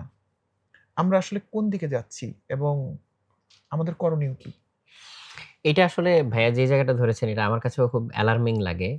সো মানে এটার তো আসলে হচ্ছে অনেক ধরনের রিজন আছে। যেমন আ যদি বলি যে আমরা হয়তো একটা স্মার্টফোন হাতে পেয়েছি অনেক পরে এবং তার আগ পর্যন্ত হচ্ছে এন্টারটেইনমেন্ট এরও একটা মাধ্যম ছিল হচ্ছে বই। কিংবা হচ্ছে হয়তো টিভি দেখা বা এইসব করা। এখন টিভি দেখা বা সিরিজ দেখা এটা তো আর সব জায়গায় সম্ভব না। কিন্তু সব জায়গায় বই নিয়ে যাওয়া সম্ভব। সো তখন হচ্ছে এন্টারটেইনমেন্ট এরও একটা মাধ্যম ছিল বই। কিন্তু বই আবার হচ্ছে নলেজ গ্যাদারিং এরও একটা মাধ্যম, নিজেকে আপগ্রেড করার একটা মাধ্যম। এখানে সিগনিফিক্যান্ট পার্থক্যটা হচ্ছে যে এখন মানুষ হচ্ছে কতক্ষণ এরকম একটা লেখার দিকে তাকিয়ে তাকিয়ে থাকে থাকতে পারবে। আর কতক্ষণ হচ্ছে একটা স্ক্রিনের দিকে তাকিয়ে থাকে। স্ক্রিন হচ্ছে মানুষের লাইফে এখন এমনভাবে ঢুকে গেছে, তাকে এত ইজি ডোপামিন দিচ্ছে, যার কারণে ব্রেইনকে ওইভাবে চিন্তাই করতে হচ্ছে না। হুম, যেটার আউটকাম কিন্তু আমরা এখন দেখতে পাচ্ছি যে ইয়াং পিপলের মধ্যে তো বটেই। আমি একদম মানে রিসার্চের লিংক দিয়ে আপনাকে দেখাইতে পারবো। বয়স্ক মানুষদের মধ্যেও ব্রেইনের যে বিভিন্ন এরিয়াগুলা, এগুলা ছোট ছোট হয়ে হয়ে যাচ্ছে। আসছে। হুম, বিকজ এই জিনিসগুলো এখন আগের মতো অ্যাক্টিভ হয় ইউটিলাইজ না, হচ্ছে না। এক্সাইটেড হয় না। হুম, ইভেন ব্রেইনের বিভিন্ন অংশের মধ্যে যে কানেকশন, ওই কানেকশনগুলা ডাইলুট হয়ে যাচ্ছে। ব্রেইন পাতলা হয়ে যাচ্ছে, লিটারালি পাতলা হয়ে যাচ্ছে। হুম, মানে একদম বাংলায় বলতে গেলে যেটা বুঝায়। হুম, সো এইটার ইমপ্যাক্ট কিন্তু সব জায়গায় পড়তেছে। আমি যদি হচ্ছে একটা ছুরি দিয়ে কোপ দিয়ে আমার হাত কেটে ফেলতাম, আমি দেখতে পাইতাম যে আমি হচ্ছে আমার একটা ফিজিক্যাল ড্যামেজ করছি। বাট আমি যে মাথার ভিতরে ড্যামেজটা করে ফেলতেছি এটা কিন্তু দেখতেছি না। রাইট। সো এইটার ইফেক্ট সোসাইটির সব জায়গায় পড়তেছে, সব লেয়ারে পড়তেছে। বাবা-মা দেখা যাচ্ছে বাচ্চার হাতে মোবাইল দিয়ে সে আরেকটা মোবাইল নিয়ে বসে আছে। বাচ্চা মোবাইল দেখে খাচ্ছে, বাবা-মা হয়তো মোবাইলে এন্টারটেইনড হচ্ছে এবং কি দেখতেছে না দেখতেছে সেটারও কোনো ঠিক ঠিকানা নাই, কোনো কন্ট্রোল নাই। সো যার কারণে হচ্ছে সবাই কেন জানি হচ্ছে মানে ছাড়া, আইল্যান্ড, ছাড়া হয়ে আইল্যান্ড যাচ্ছে। হয়ে যাচ্ছে একদম। আইল্যান্ড হয়ে যাচ্ছে। হুম, মানে এখনকার সময়ে ইন্ডিভিজুয়ালিজম নিয়ে, ফ্রিডম নিয়ে এবং রাইটস নিয়ে যত কথাবার্তা হয়, তার সিকিভাগ কথাবার্তা কি হচ্ছে রেসপনসিবিলিটি নিয়ে হয়? হয় না। হয় না। সো এইখানে কিন্তু মেজর একটা কালচারাল শিফট চলে আসছে। সো এইটারই আউটকাম হিসেবে কিন্তু আপনি যেগুলা বললেন, এই জিনিসগুলো আমরা আসলে তো দেখতে আমাদের পাচ্ছি। করণীয় কি? আমরা কি করতে পারি? আজকে যদি আলাদিনের চেরাগ এখানে থাকতো, আমরা দৈত্যকে কি করতে বলতাম? দৈত্যকে আমরা যেটা করতে বলতে পারতাম সেটা হচ্ছে ওই যে কি জানি? আ দাও ফিরে সে অরণ্য লওয়ে নগর টাইপের একটা জিনিস। যে আমরা যদি ওই টাইমটাতে ফেরত যাইতে পারতাম। মানে টেকনোলজিকে তো আমরা আসলে বাদ দিতে পারব না। বাদ হুম, দিয়ে এখন সামনে আগানো সম্ভব না। কোয়াইট হুম, ইম্পসিবল একটা ব্যাপার। হুম, বাট টেকনোলজির হচ্ছে প্রপার ইউটিলাইজেশন টা যদি আমরা হচ্ছে অ্যাসিমিলেট করতে পারতাম নিজেদের মধ্যে, হুম, তাইলে অনেক ভালো একটা জিনিস হইতো। যেমন আমার বাচ্চার ক্ষেত্রেও ও তো হচ্ছে ছোটবেলা থেকেই জন্ম থেকেই তো ও মোবাইল দেখতেছে বা টিভি দেখতেছে আছে। বাট আমরা কিন্তু হচ্ছে সর্বান্তকরণে চেষ্টা করে যাচ্ছি। মানে ওর মাকে তো একটা স্পেশাল ক্রেডিট দিতেই হয় যে ওর হাতে প্রচুর বই তুলে দেয়া হইছে। হুম, সো বই একটা পড়লেও সেখানে মনোযোগ দেওয়ার একটা ব্যাপার আছে। অন্তত তাকায় থাকতে হয়, চিন্তা করতে হয়, ব্রেইনটা কাজে লাগে। হুম, বাট একটা শ্যালো কনটেন্ট একটার পর একটা রিল আমি স্ক্রল করে গেলাম। ওখানে কিন্তু ওই ইউটিলাইজেশন টা হচ্ছে না। হচ্ছে না। হুম, সো বাচ্চাদেরকে আমি বলব যে বইমুখী করার জন্য। এখন বইয়ের মধ্যেও আবার আপনি অনেক রকম ফের পাবেন। বই কিন্তু একটা বাচ্চার জন্য পজিটিভলিও ইমপ্যাক্ট ফেলতে পারে, নেগেটিভলিও ইমপ্যাক্ট ফেলতে পারে। হুম, যেমন আমি যদি আমার ফেইথ এর কথা বলি, আমি তো চাইব না যে আমার বাচ্চার সামনে এমন কোনো কিছু এক্সপোজড হোক, যেটা ওর হচ্ছে দুনিয়া আখিরাত ধ্বংস করে দিক। আমি ট্রু। এটা কোনোভাবেই চাইব না। হুম, ইনফেক্ট আমার যে হচ্ছে মানে প্র্যাকটিসে ফেরা, এটাও কিন্তু হচ্ছে মানে জায়ান হওয়ার পরে, হুম, হ্যাঁ? হুম, সো তার আগে তো আমি নিজেও হচ্ছে মানে সোশ্যাল মিডিয়াতে হচ্ছে এমন অনেক কিছু questionable কাজকর্ম করে বেড়াইতাম, যেটা হয়তো আমি নিজে এখন ভালো ফিল করব না বা হচ্ছে আমি মানে কি বলব যে ঐরকম করতাম না। তো আমি বলব যে এইখানেও হচ্ছে বাবা-মার একটা সতর্ক হওয়ার জায়গা আছে, দরকার আছে। যে যেইটা age appropriate, যেটা হচ্ছে ভালো, তার জন্য হচ্ছে কল্যাণকর, সেই জিনিসগুলো হচ্ছে বেছে, বেছে তাকে দেওয়া। এখানে হচ্ছে সতর্ক নজর রাখা। সো শুরুতে এই কাজটা করতে না পারলে পরে এটা করা অনেক ডিফিকাল্ট হয়ে দাঁড়ায়। এইটা নিয়ে হয়তো ভাইয়া সামনে আপনার সাথেও আমার অনেক অনেক হচ্ছে কথা হবে। ঠিক আছে। আলোচনা হবে, কথাবার্তা হবে। বিশেষ করে এই প্যারেন্টিং এর জায়গাটা জুড়ে। এখানে তো আমরা স্পেশাল একটা ইন্টারেস্ট ফিল করি। হুম, সো ওইটা নিয়ে অনেক কিছু করার আছে এবং এই জায়গাটা নিয়ে হচ্ছে আরো অনেক বেশি কথাবার্তা হওয়া দরকার। হুম, এই কথাবার্তাগুলো হইলে তখন এখান থেকে কেউ না কেউ সতর্ক হবে, উঠে আসবে। হয়তো অনেকে আমাদের সাথে কাজও করবে। হুম। তখন এটা নিয়ে একটা মুভমেন্ট তৈরি করা যাবে। বাট এটা ওকে, দরকার আছে, খুবই নেসেসারি। ওকে। সো একদম শেষে তোমাকে ১ম একটা প্রশ্ন শেষে করব। তোমার স্বপ্ন কি? এখন ধরেন অনেক লেয়ারে তো অনেক ধরনের স্বপ্ন আছে। হয়তো একটা হচ্ছে যে আমি যা করতেছি এই প্রফেশনাল লেয়ার থেকে হয়তো একটা স্বপ্ন আছে, একটা গোল আছে। একটা হয়তো আমার হচ্ছে ফ্যামিলি নিয়ে হয়তো একটা স্বপ্ন আছে। একটা হয়তো আমার দেশ নিয়ে একটা স্বপ্ন আছে, এরকম। যদি পার্সোনাল লেয়ার থেকে শুরু করি, সেটা হচ্ছে যে জানার তো আসলে হচ্ছে শেষ নাই। জানার আসলেই শেষ নাই। এত কিছু জানা মানুষের বাকি এবং এক জীবনে তো আসলে খুব অল্প সময় এত কিছু জানার জন্য, এত ইন্টারেস্টিং জিনিস জানার জন্য। আমি যদি শুধু ম্যাটেরিয়াল সায়েন্স এর কথাই বলি, এখানেই এত কিছু জানা আছে যেটা হয়তো একটা মানুষ কখনো সবকিছু জেনে শেষ করতে পারবে না। বাকি অন্য সবকিছু আমি বাদই দিলাম। সো ওই জানার যে আগ্রহ এবং এখানে একটা আফসোস থেকে যাবে যে আমি হয়তো ইনাফ কখনোই জানতে পারতেছি না। সো তাইলে উপায় কি? আমি আমার বিশ্বাস অনুযায়ী জানি যে এই জীবনের পরে হচ্ছে একটা ইটার্নাল লাইফ আছে। হুম, সেই eternal life either can go wrong, যদি আমি হচ্ছে ঠিকমতো না চলি, ঠিকমতো সবকিছু না করি, or it can go right. So ওইখানে আমি যদি হচ্ছে মানে রাইট ওয়েতে যাইতে পারি, তাইলে সেই ইটার্নাল লাইফে আমি যা চাই তাই পাবো। সো আমি তখন হয়তো প্রচুর নলেজ চাইবো। এটা আমার একেবারে মানে কোর পার্সোনাল একটা গোল যে আমি অনেক কিছু জানতে পারবো। এটা আমার একটা প্রচন্ড আগ্রহ কাজ করে। এটা অনেকে হয়তো অনেকভাবে নিবে। অনেকের হয়তো অন্য আগ্রহ থাকতে পারে। বাট আমার অনেক জানার আগ্রহ আছে। আমি এটা চাই। সো এইটা আমাকে মোর অ্যাট্রাক্ট করে যে হচ্ছে আমি যদি হচ্ছে মানে আল্লাহর কাছে যদি একজন ভালো বান্দা হিসেবে হচ্ছে উপস্থিত হইতে পারি, তাইলে তখন আমি আল্লাহর কাছে এই জিনিসগুলো চাইতে পারবো এবং তখন তো আমি অফুরন্তভাবে এই জিনিসটা পাবো। আনলিমিটেড। আনলিমিটেড পাবো। আনলিমিটেড ইনশাআল্লাহ। নলেজ পাবো। হুম, ইভেন নট জাস্ট যা এক্সিস্ট করতেছে, হোয়াট ইফ যেগুলা সেগুলাও হয়তো আমি জানতে পারবো। হুম, সো এটা একটা কাজ করে। হুম, দ্বিতীয়ত হচ্ছে যদি আমি আমার এখন কারেন্ট কাজ হুম, নিয়ে বলি হুম, যে এখন যে কাজ হুম, করতেছি। সো আমার কাজ মূলত হচ্ছে বাচ্চাদেরকে নিয়ে। হুম, সো আপনিও হয়তো খেয়াল করবেন সোশ্যাল মিডিয়াতে হোক, বাচ্চাদের কনটেন্টে হোক, বাচ্চাদের জন্য প্রচুর হার্মফুল কনটেন্ট কিন্তু এখন হয়। বেশি বেশি। 99%। অনেক হয়তো এজেন্ডা থাকে এখানে, অনেক অনেকে হয়তো আমরা নেগেটিভ জিনিস বুঝিও না। থাকে। আমরা হয়তো বুঝি না। এটার ভেতর এক্সাক্টলি, ডুবে আছি আমরা। এক্সাক্টলি। হয়তো আমি হচ্ছে ভালো বুঝে বাচ্চাকে কার্টুন দেখাইলাম বা তার মধ্যে এমন একটা কিছু ছিল যেটা তার হচ্ছে অনেক সমস্যা করতে পারে। হুম, সো বাচ্চাদের জন্য একটা সেফ এনভায়রনমেন্ট তৈরি করা, পজিটিভ এনভায়রনমেন্ট তৈরি করা এবং কল্যাণকর একটা এনভায়রনমেন্ট তৈরি করা। সেটার জন্য হয়তো জার্নিটা কেবল শুরু হইছে। অনেক কিছু করা বাকি। আমিই কি এখন সবকিছু জানি? আমি তো জানি না হুম, ভাইয়া। হুম, হুম, সো এখানে হয়তো আমার অনেক কিছু শেখার আছে, অনেক লম্বা একটা জার্নির আছে।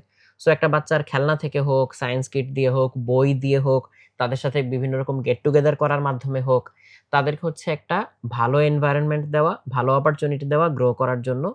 এরপর যার, যারটা তার কাছে সেটা তো তার মানে তার নিজের ভাগ্য অনুযায়ী হবেই। বাট আমার পক্ষে যতটুকু সম্ভব এই জিনিসটা ক্রিয়েট করা। এটা হচ্ছে প্রফেশনাল গোল। যদি দেশের কথা বলেন তাইলে আমি তো হচ্ছে অবশ্যই স্বপ্ন দেখব যে মানে বাংলাদেশ বিশ্বে এমন একটা জায়গা নিবে, এমন মানে এত সম্ভাবনার একটা দেশ বাংলাদেশ। আপনি যদি হচ্ছে অন্য সবকিছু বাদ দেন, যদি হচ্ছে জাস্ট স্ট্যাটিস্টিক্যাল ডিস্ট্রিবিউশন ও ফলো করেন, মানুষ বেশি মানে এখানে হচ্ছে ট্যালেন্টেড মানুষেরও সংখ্যা বেশি। রাইট। ট্যালেন্টেড বলতে হচ্ছে আমি আউটকাম এর দিক থেকে না বললেও পটেনশিয়াল এর দিক হুম, থেকে হুম, বলব। হুম। সো এখানে প্রচুর পটেনশিয়াল মানুষ আছে। এরা হচ্ছে অনেক ভালো, ভালো কাজ করবে। হয়তো বাংলাদেশ হচ্ছে বিশ্বে একটা এক্সাম্পল হিসেবে থাকবে যে কিভাবে হচ্ছে মানব সম্পদ এবং প্রাকৃতিক সম্পদের প্রপার ইউটিলাইজেশন এর মাধ্যমে একটা ইউটোপিয়ান সিচুয়েশন তৈরি করা যায়। I don't know এটা হয়তো কখনোই হবে না। বাট এটা তো স্বপ্ন। স্বপ্ন দেখতে তো সমস্যা দোষ নাই। নাই। হয়তো অনেক কিছু আমরা কন্ট্রোল করতে পারি না। হয়তো অনেক যুদ্ধ-বিগ্রহ, জিওপলিটিক্যাল অনেক কিছু নিয়ে অনেক কিছুর ভিতর দিয়ে আমাদেরকে সাফার করতে হয়। বাট এখানে তো এই অপরচুনিটি আছে। এই হুম, হুম, মানুষগুলোর তো সেই ক্যাপাবিলিটি ছিল। এখানে হুম। কিন্তু প্রাকৃতিক সম্পদ ঐরকম আছে। সো সেটা একটা স্বপ্ন থাকতে পারে। যদি আমি আমার ফ্যামিলির কথা বলি যে ফ্যামিলি নিয়ে হচ্ছে আমি খুব হ্যাপি থাকতে চাই। সবার যার, যার পার্সোনাল গোল সেটা সে পূরণ করতে পারুক। আমার একটা ছোট বাচ্চা আছে। সে ভালো একজন মানুষ হিসেবে গড়ে উঠুক। মানে এইটা আমার কখনোই মাথায় আসে না যে আমার বাচ্চা ইঞ্জিনিয়ার হইতে হবে, ডাক্তার হইতে হবে। এটা কখনোই মাথায় আসে না। সে একজন খুব ভালো মানুষ হোক। তাকে দেখে অন্য আর ১০ টা মানুষ ভালো মানুষ হওয়ার কথা চিন্তা চিন্তা করুক। করুক, অনুপ্রেরণা পাক। অনুপ্রেরণা পাক। এটা যেমন চাই এরকম। সো এই জিনিসগুলো হচ্ছে মাথায় ঘুরে। ইনশাআল্লাহ আল্লাহ তোমাকে হয়তোবা তোমার যেগুলা চাওয়া সেটা পূরণ করবে এবং বিশেষ করে পরিবার, দেশ নিয়ে যে চাওয়াগুলা সেগুলো যদি পূরণ হয় তাহলে আমাদের চাওয়াগুলো অটোমেটিক পূরণ হবে। আর ব্যক্তিগতভাবে তুমি সফল হলে তো ভালো লাগবেই। তোমার জন্য অনেক দোয়া থাকলো। Thank you Ratul. Thank you ভাইয়া। তুমি আজকে আমার হোস্ট থেকে গেস্ট হয়ে গেলা। সো আজকে আমার জন্য এটা একটা মানে সুন্দর অভিজ্ঞতা এবং ভাইয়া। কি তুমি কি ভারমুক্ত বোধ করতেছো? না অনেক, অনেক, অনেক, অনেক। অনেক। সো তুমি ফাইনাল কথাগুলো তুমি বলবা। আমি বিদায় নিয়ে নিচ্ছি। সো গল্পগ্রাফি থেকে আজকে বিদায় নিচ্ছি। আমাদের একসময়ের সাকসেসফুল হোস্ট, আজকে আমার ১ম গেস্ট রাতুল খানের সাথে আমরা কথা বললাম। আমি আমার পছন্দ অনুসারে প্রশ্ন করেছি। আমার নিজের যা কিছু জানার ছিল সেগুলো আমি জেনেছি। রাতুলকে আমি আগে থেকেও চিনি। তারপরও আমার কাছে মনে হয়েছে আপনাদের জন্য যে কথাগুলো বের করে আনার দরকার সেটা আমি চেষ্টা করেছি। কতটুকু পেরেছি বা পারিনি এটার দায়ভার আমার এবং আপনারা বিচার করবেন। আমরা আগামী দিন অন্য আরেকজন গেস্টকে নিয়ে আবার আসবো গল্পগ্রাফিতে। ততক্ষণ পর্যন্ত আপনারা ভালো থাকবেন। আমরা গেস্টের কথা দিয়ে বিদায় নেব। সো রাতুল তুমি তোমার দর্শক শ্রোতা, তোমার হাজার, হাজার লক্ষ, লক্ষ ফ্যান তুমি তাদেরকে যা মন চায় বলে তুমি বিদায় নিবে। না আলহামদুলিল্লাহ আল্লাহ হচ্ছে আমাকে অনেক অপরচুনিটি দিয়েছেন যে অনেক মানুষের সাথে পরিচিত হওয়ার মতো এবং হচ্ছে অনেক মানুষের সাথে ইন্টারেক্ট করার জন্য যে সুযোগগুলো দরকার সেগুলো তিনি আমাকে দিয়েছেন। এজন্য আমি অনেক কৃতজ্ঞ।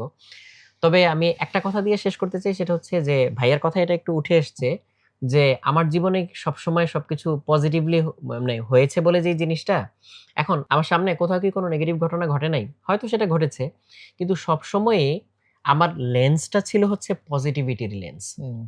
সো কোনো একটা ঘটনা, কোনো একটা মানুষ, তার মধ্যে আমি পজিটিভিটি খুঁজতে চাই এবং পজিটিভিটির চর্চাটাও করতে চাই। এখন আমি নিজে সবসময় কি পজিটিভ থাকতে পারি কিনা? অ্যান্সার হচ্ছে যে না ভাই, আমি কিন্তু পারি না, অ্যাবসোলিউটলি পারি না। স্বাভাবিক। হয়তো আপনার সাথে বা অফিসে আমি সারাদিন অনেক ভালো ব্যবহার করলাম বা অনেক ভালো আচরণ করলাম। কিন্তু হয়তো দেখা যাচ্ছে যে আমি আমার ভালো আচরণটুকু অফিসে শেষ করে বাসায় গেলাম। বাসায় গিয়ে বাসার মানুষের সাথে হচ্ছে খারাপ আচরণ করলাম, রাগারাগি করলাম, হইচই করলাম। সো এরকম ঘটনা কিন্তু ভাইয়া ঘটে। বাসার লোকদের কাছে ক্ষমা চেয়ে নাও, ক্যামেরায় হ্যাঁ, আজকে এই ডেফিনিটলি, সুযোগ। ডেফিনিটলি। সো এই জিনিসটা আমি অবশ্যই মেনশন করতে চাই। আমাদের অনেকেরই কিন্তু সিচুয়েশন হচ্ছে এইরকম। তো সারফেস লেভেলে আমরা যতটুকু পজিটিভিটি দেখি, তার ভিতরে হয়তো অনেক নেগেটিভিটি আছে। কিন্তু আমরা যদি পজিটিভিটিটার দিকে ফোকাস করি এবং নিজেকে বারবার ওই রিমাইন্ডারটা দেই যে আমি এরকম হব না, আমি পজিটিভই হব। সিচুয়েশন যেরকমই হোক সেটাকে আমি পজিটিভলি হ্যান্ডেল করার চেষ্টা করব। হয়তো অনেক সময় সিচুয়েশন হবে না। হয়তো অনেক সময় আমরা হচ্ছে মানে হারায় যাইতে পারি। অনেক সময় হয়তো পদস্খলন হইতে পারে। বাট তারপরে সেটাকে প্রপারলি যে অ্যাড্রেস করা, যে আমি যদি আমার বাইরে ভালো ব্যবহার করে আমি ফ্যামিলি মেম্বারের সাথে খারাপ ব্যবহার করলাম, তাহলে অন্তত ফ্যামিলি মেম্বারের সাথে আবার ওই জিনিসটা হচ্ছে রিকনসাইল করে নেওয়া যে আমি এই জিনিসটা আসলে ভালো করি নাই। আমি জিনিসটা আসলে খারাপ করছি। এটা আসলে ঠিক হয় নাই। সো এর মাধ্যমে আবার সেই পজিটিভিটিটাকে পুল ব্যাক করা, টেনে তোলা এবং ওই পজিটিভিটিটাকে হচ্ছে স্প্রেড করা। শুধু ফ্যামিলির কথা বলব না। আমি আসলে নিয়ার অ্যান্ড ডিয়ার সবার কথাই বলব। যাদের সাথে আমরা চলাচল করি। ইভেন দেখা যায় ফ্যামিলির সাথে আমি হচ্ছে কলিগদের সাথে হয়তো বেশি টাইম থাকি। সো ওইখানেও অনেক সময় এরকম ঘটনা ঘটে। যে হয়তো অনেক সময় অনেকের সাথে অন্যায্য আচরণ হয়তো করে ফেলি, সেটা বুঝে হোক না বুঝে হোক। সো সেই জিনিসগুলোকে অ্যাড্রেস করা এন্ড করে অ্যাকচুয়াল পজিটিভিটির চর্চা করা এবং আসলেই হচ্ছে একজন ভালো মানুষ হওয়ার চেষ্টা করা। অভিনয় না করা। হয়তো অভিনয় করলেও অনেক ক্ষেত্রে কাজ হয়। অভিনয় করতে, করতে মানুষ এরকম হয়ে যায়। বাট শুধু অভিনয় না, সত্যিকার অর্থে ভালো মানুষ হওয়ার চেষ্টা করা। একটা মানুষ চাইলে একদিনে তো ভালো মানুষ হয়ে যাবে না। এটা একটা চর্চার ব্যাপার, একটা সময়ের ব্যাপার, একটা মানে অধ্যবসায়ের ব্যাপার। সেইটার জন্য হচ্ছে নিজেকে প্রস্তুত করা, নিজের মনস্থির করা এবং সেই ভালো মানুষই দেখে, ভালো মানুষই মানে হচ্ছে জাস্ট মানে আস্তে, আস্তে কথা বলা, মিনমিন করে কথা বলা সেইটা না। ভালো মানুষ মানে হচ্ছে যে হচ্ছে সবসময় ন্যায়ের পক্ষে থাকবে। যে হচ্ছে অন্যায় নিয়ে ২ টা কথা বলবে, ন্যায় নিয়ে কথা বলবে, ন্যায় কাজে উৎসাহ দিবে, অন্যায় কাজে হয়তো বাধা দিবে।